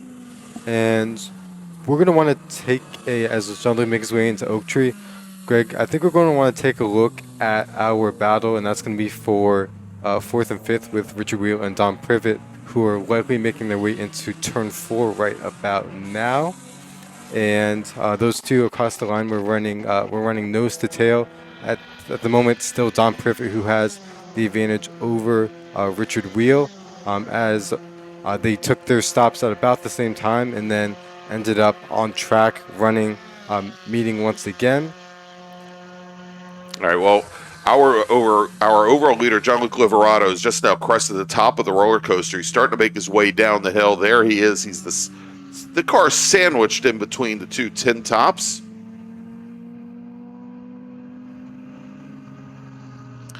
Just ahead of the cock car. Or did I get that? Did I get that one wrong again? That's not the Jason Cock car. That is the GT3 machine of Steve Rose. Here, all right, and taking the checkered flag is Jean-Luc Liverato. He's going to take the win in Spec Racer 4 Gen 3. Steven Shu, last we saw him was about 15 seconds in arrears. He crosses the line, make it 21 seconds in arrears. He will finish second in Spec Racer 4 Gen 3. Sean DeCold, I think, coming onto the front straight now. Here comes Sean DeCold.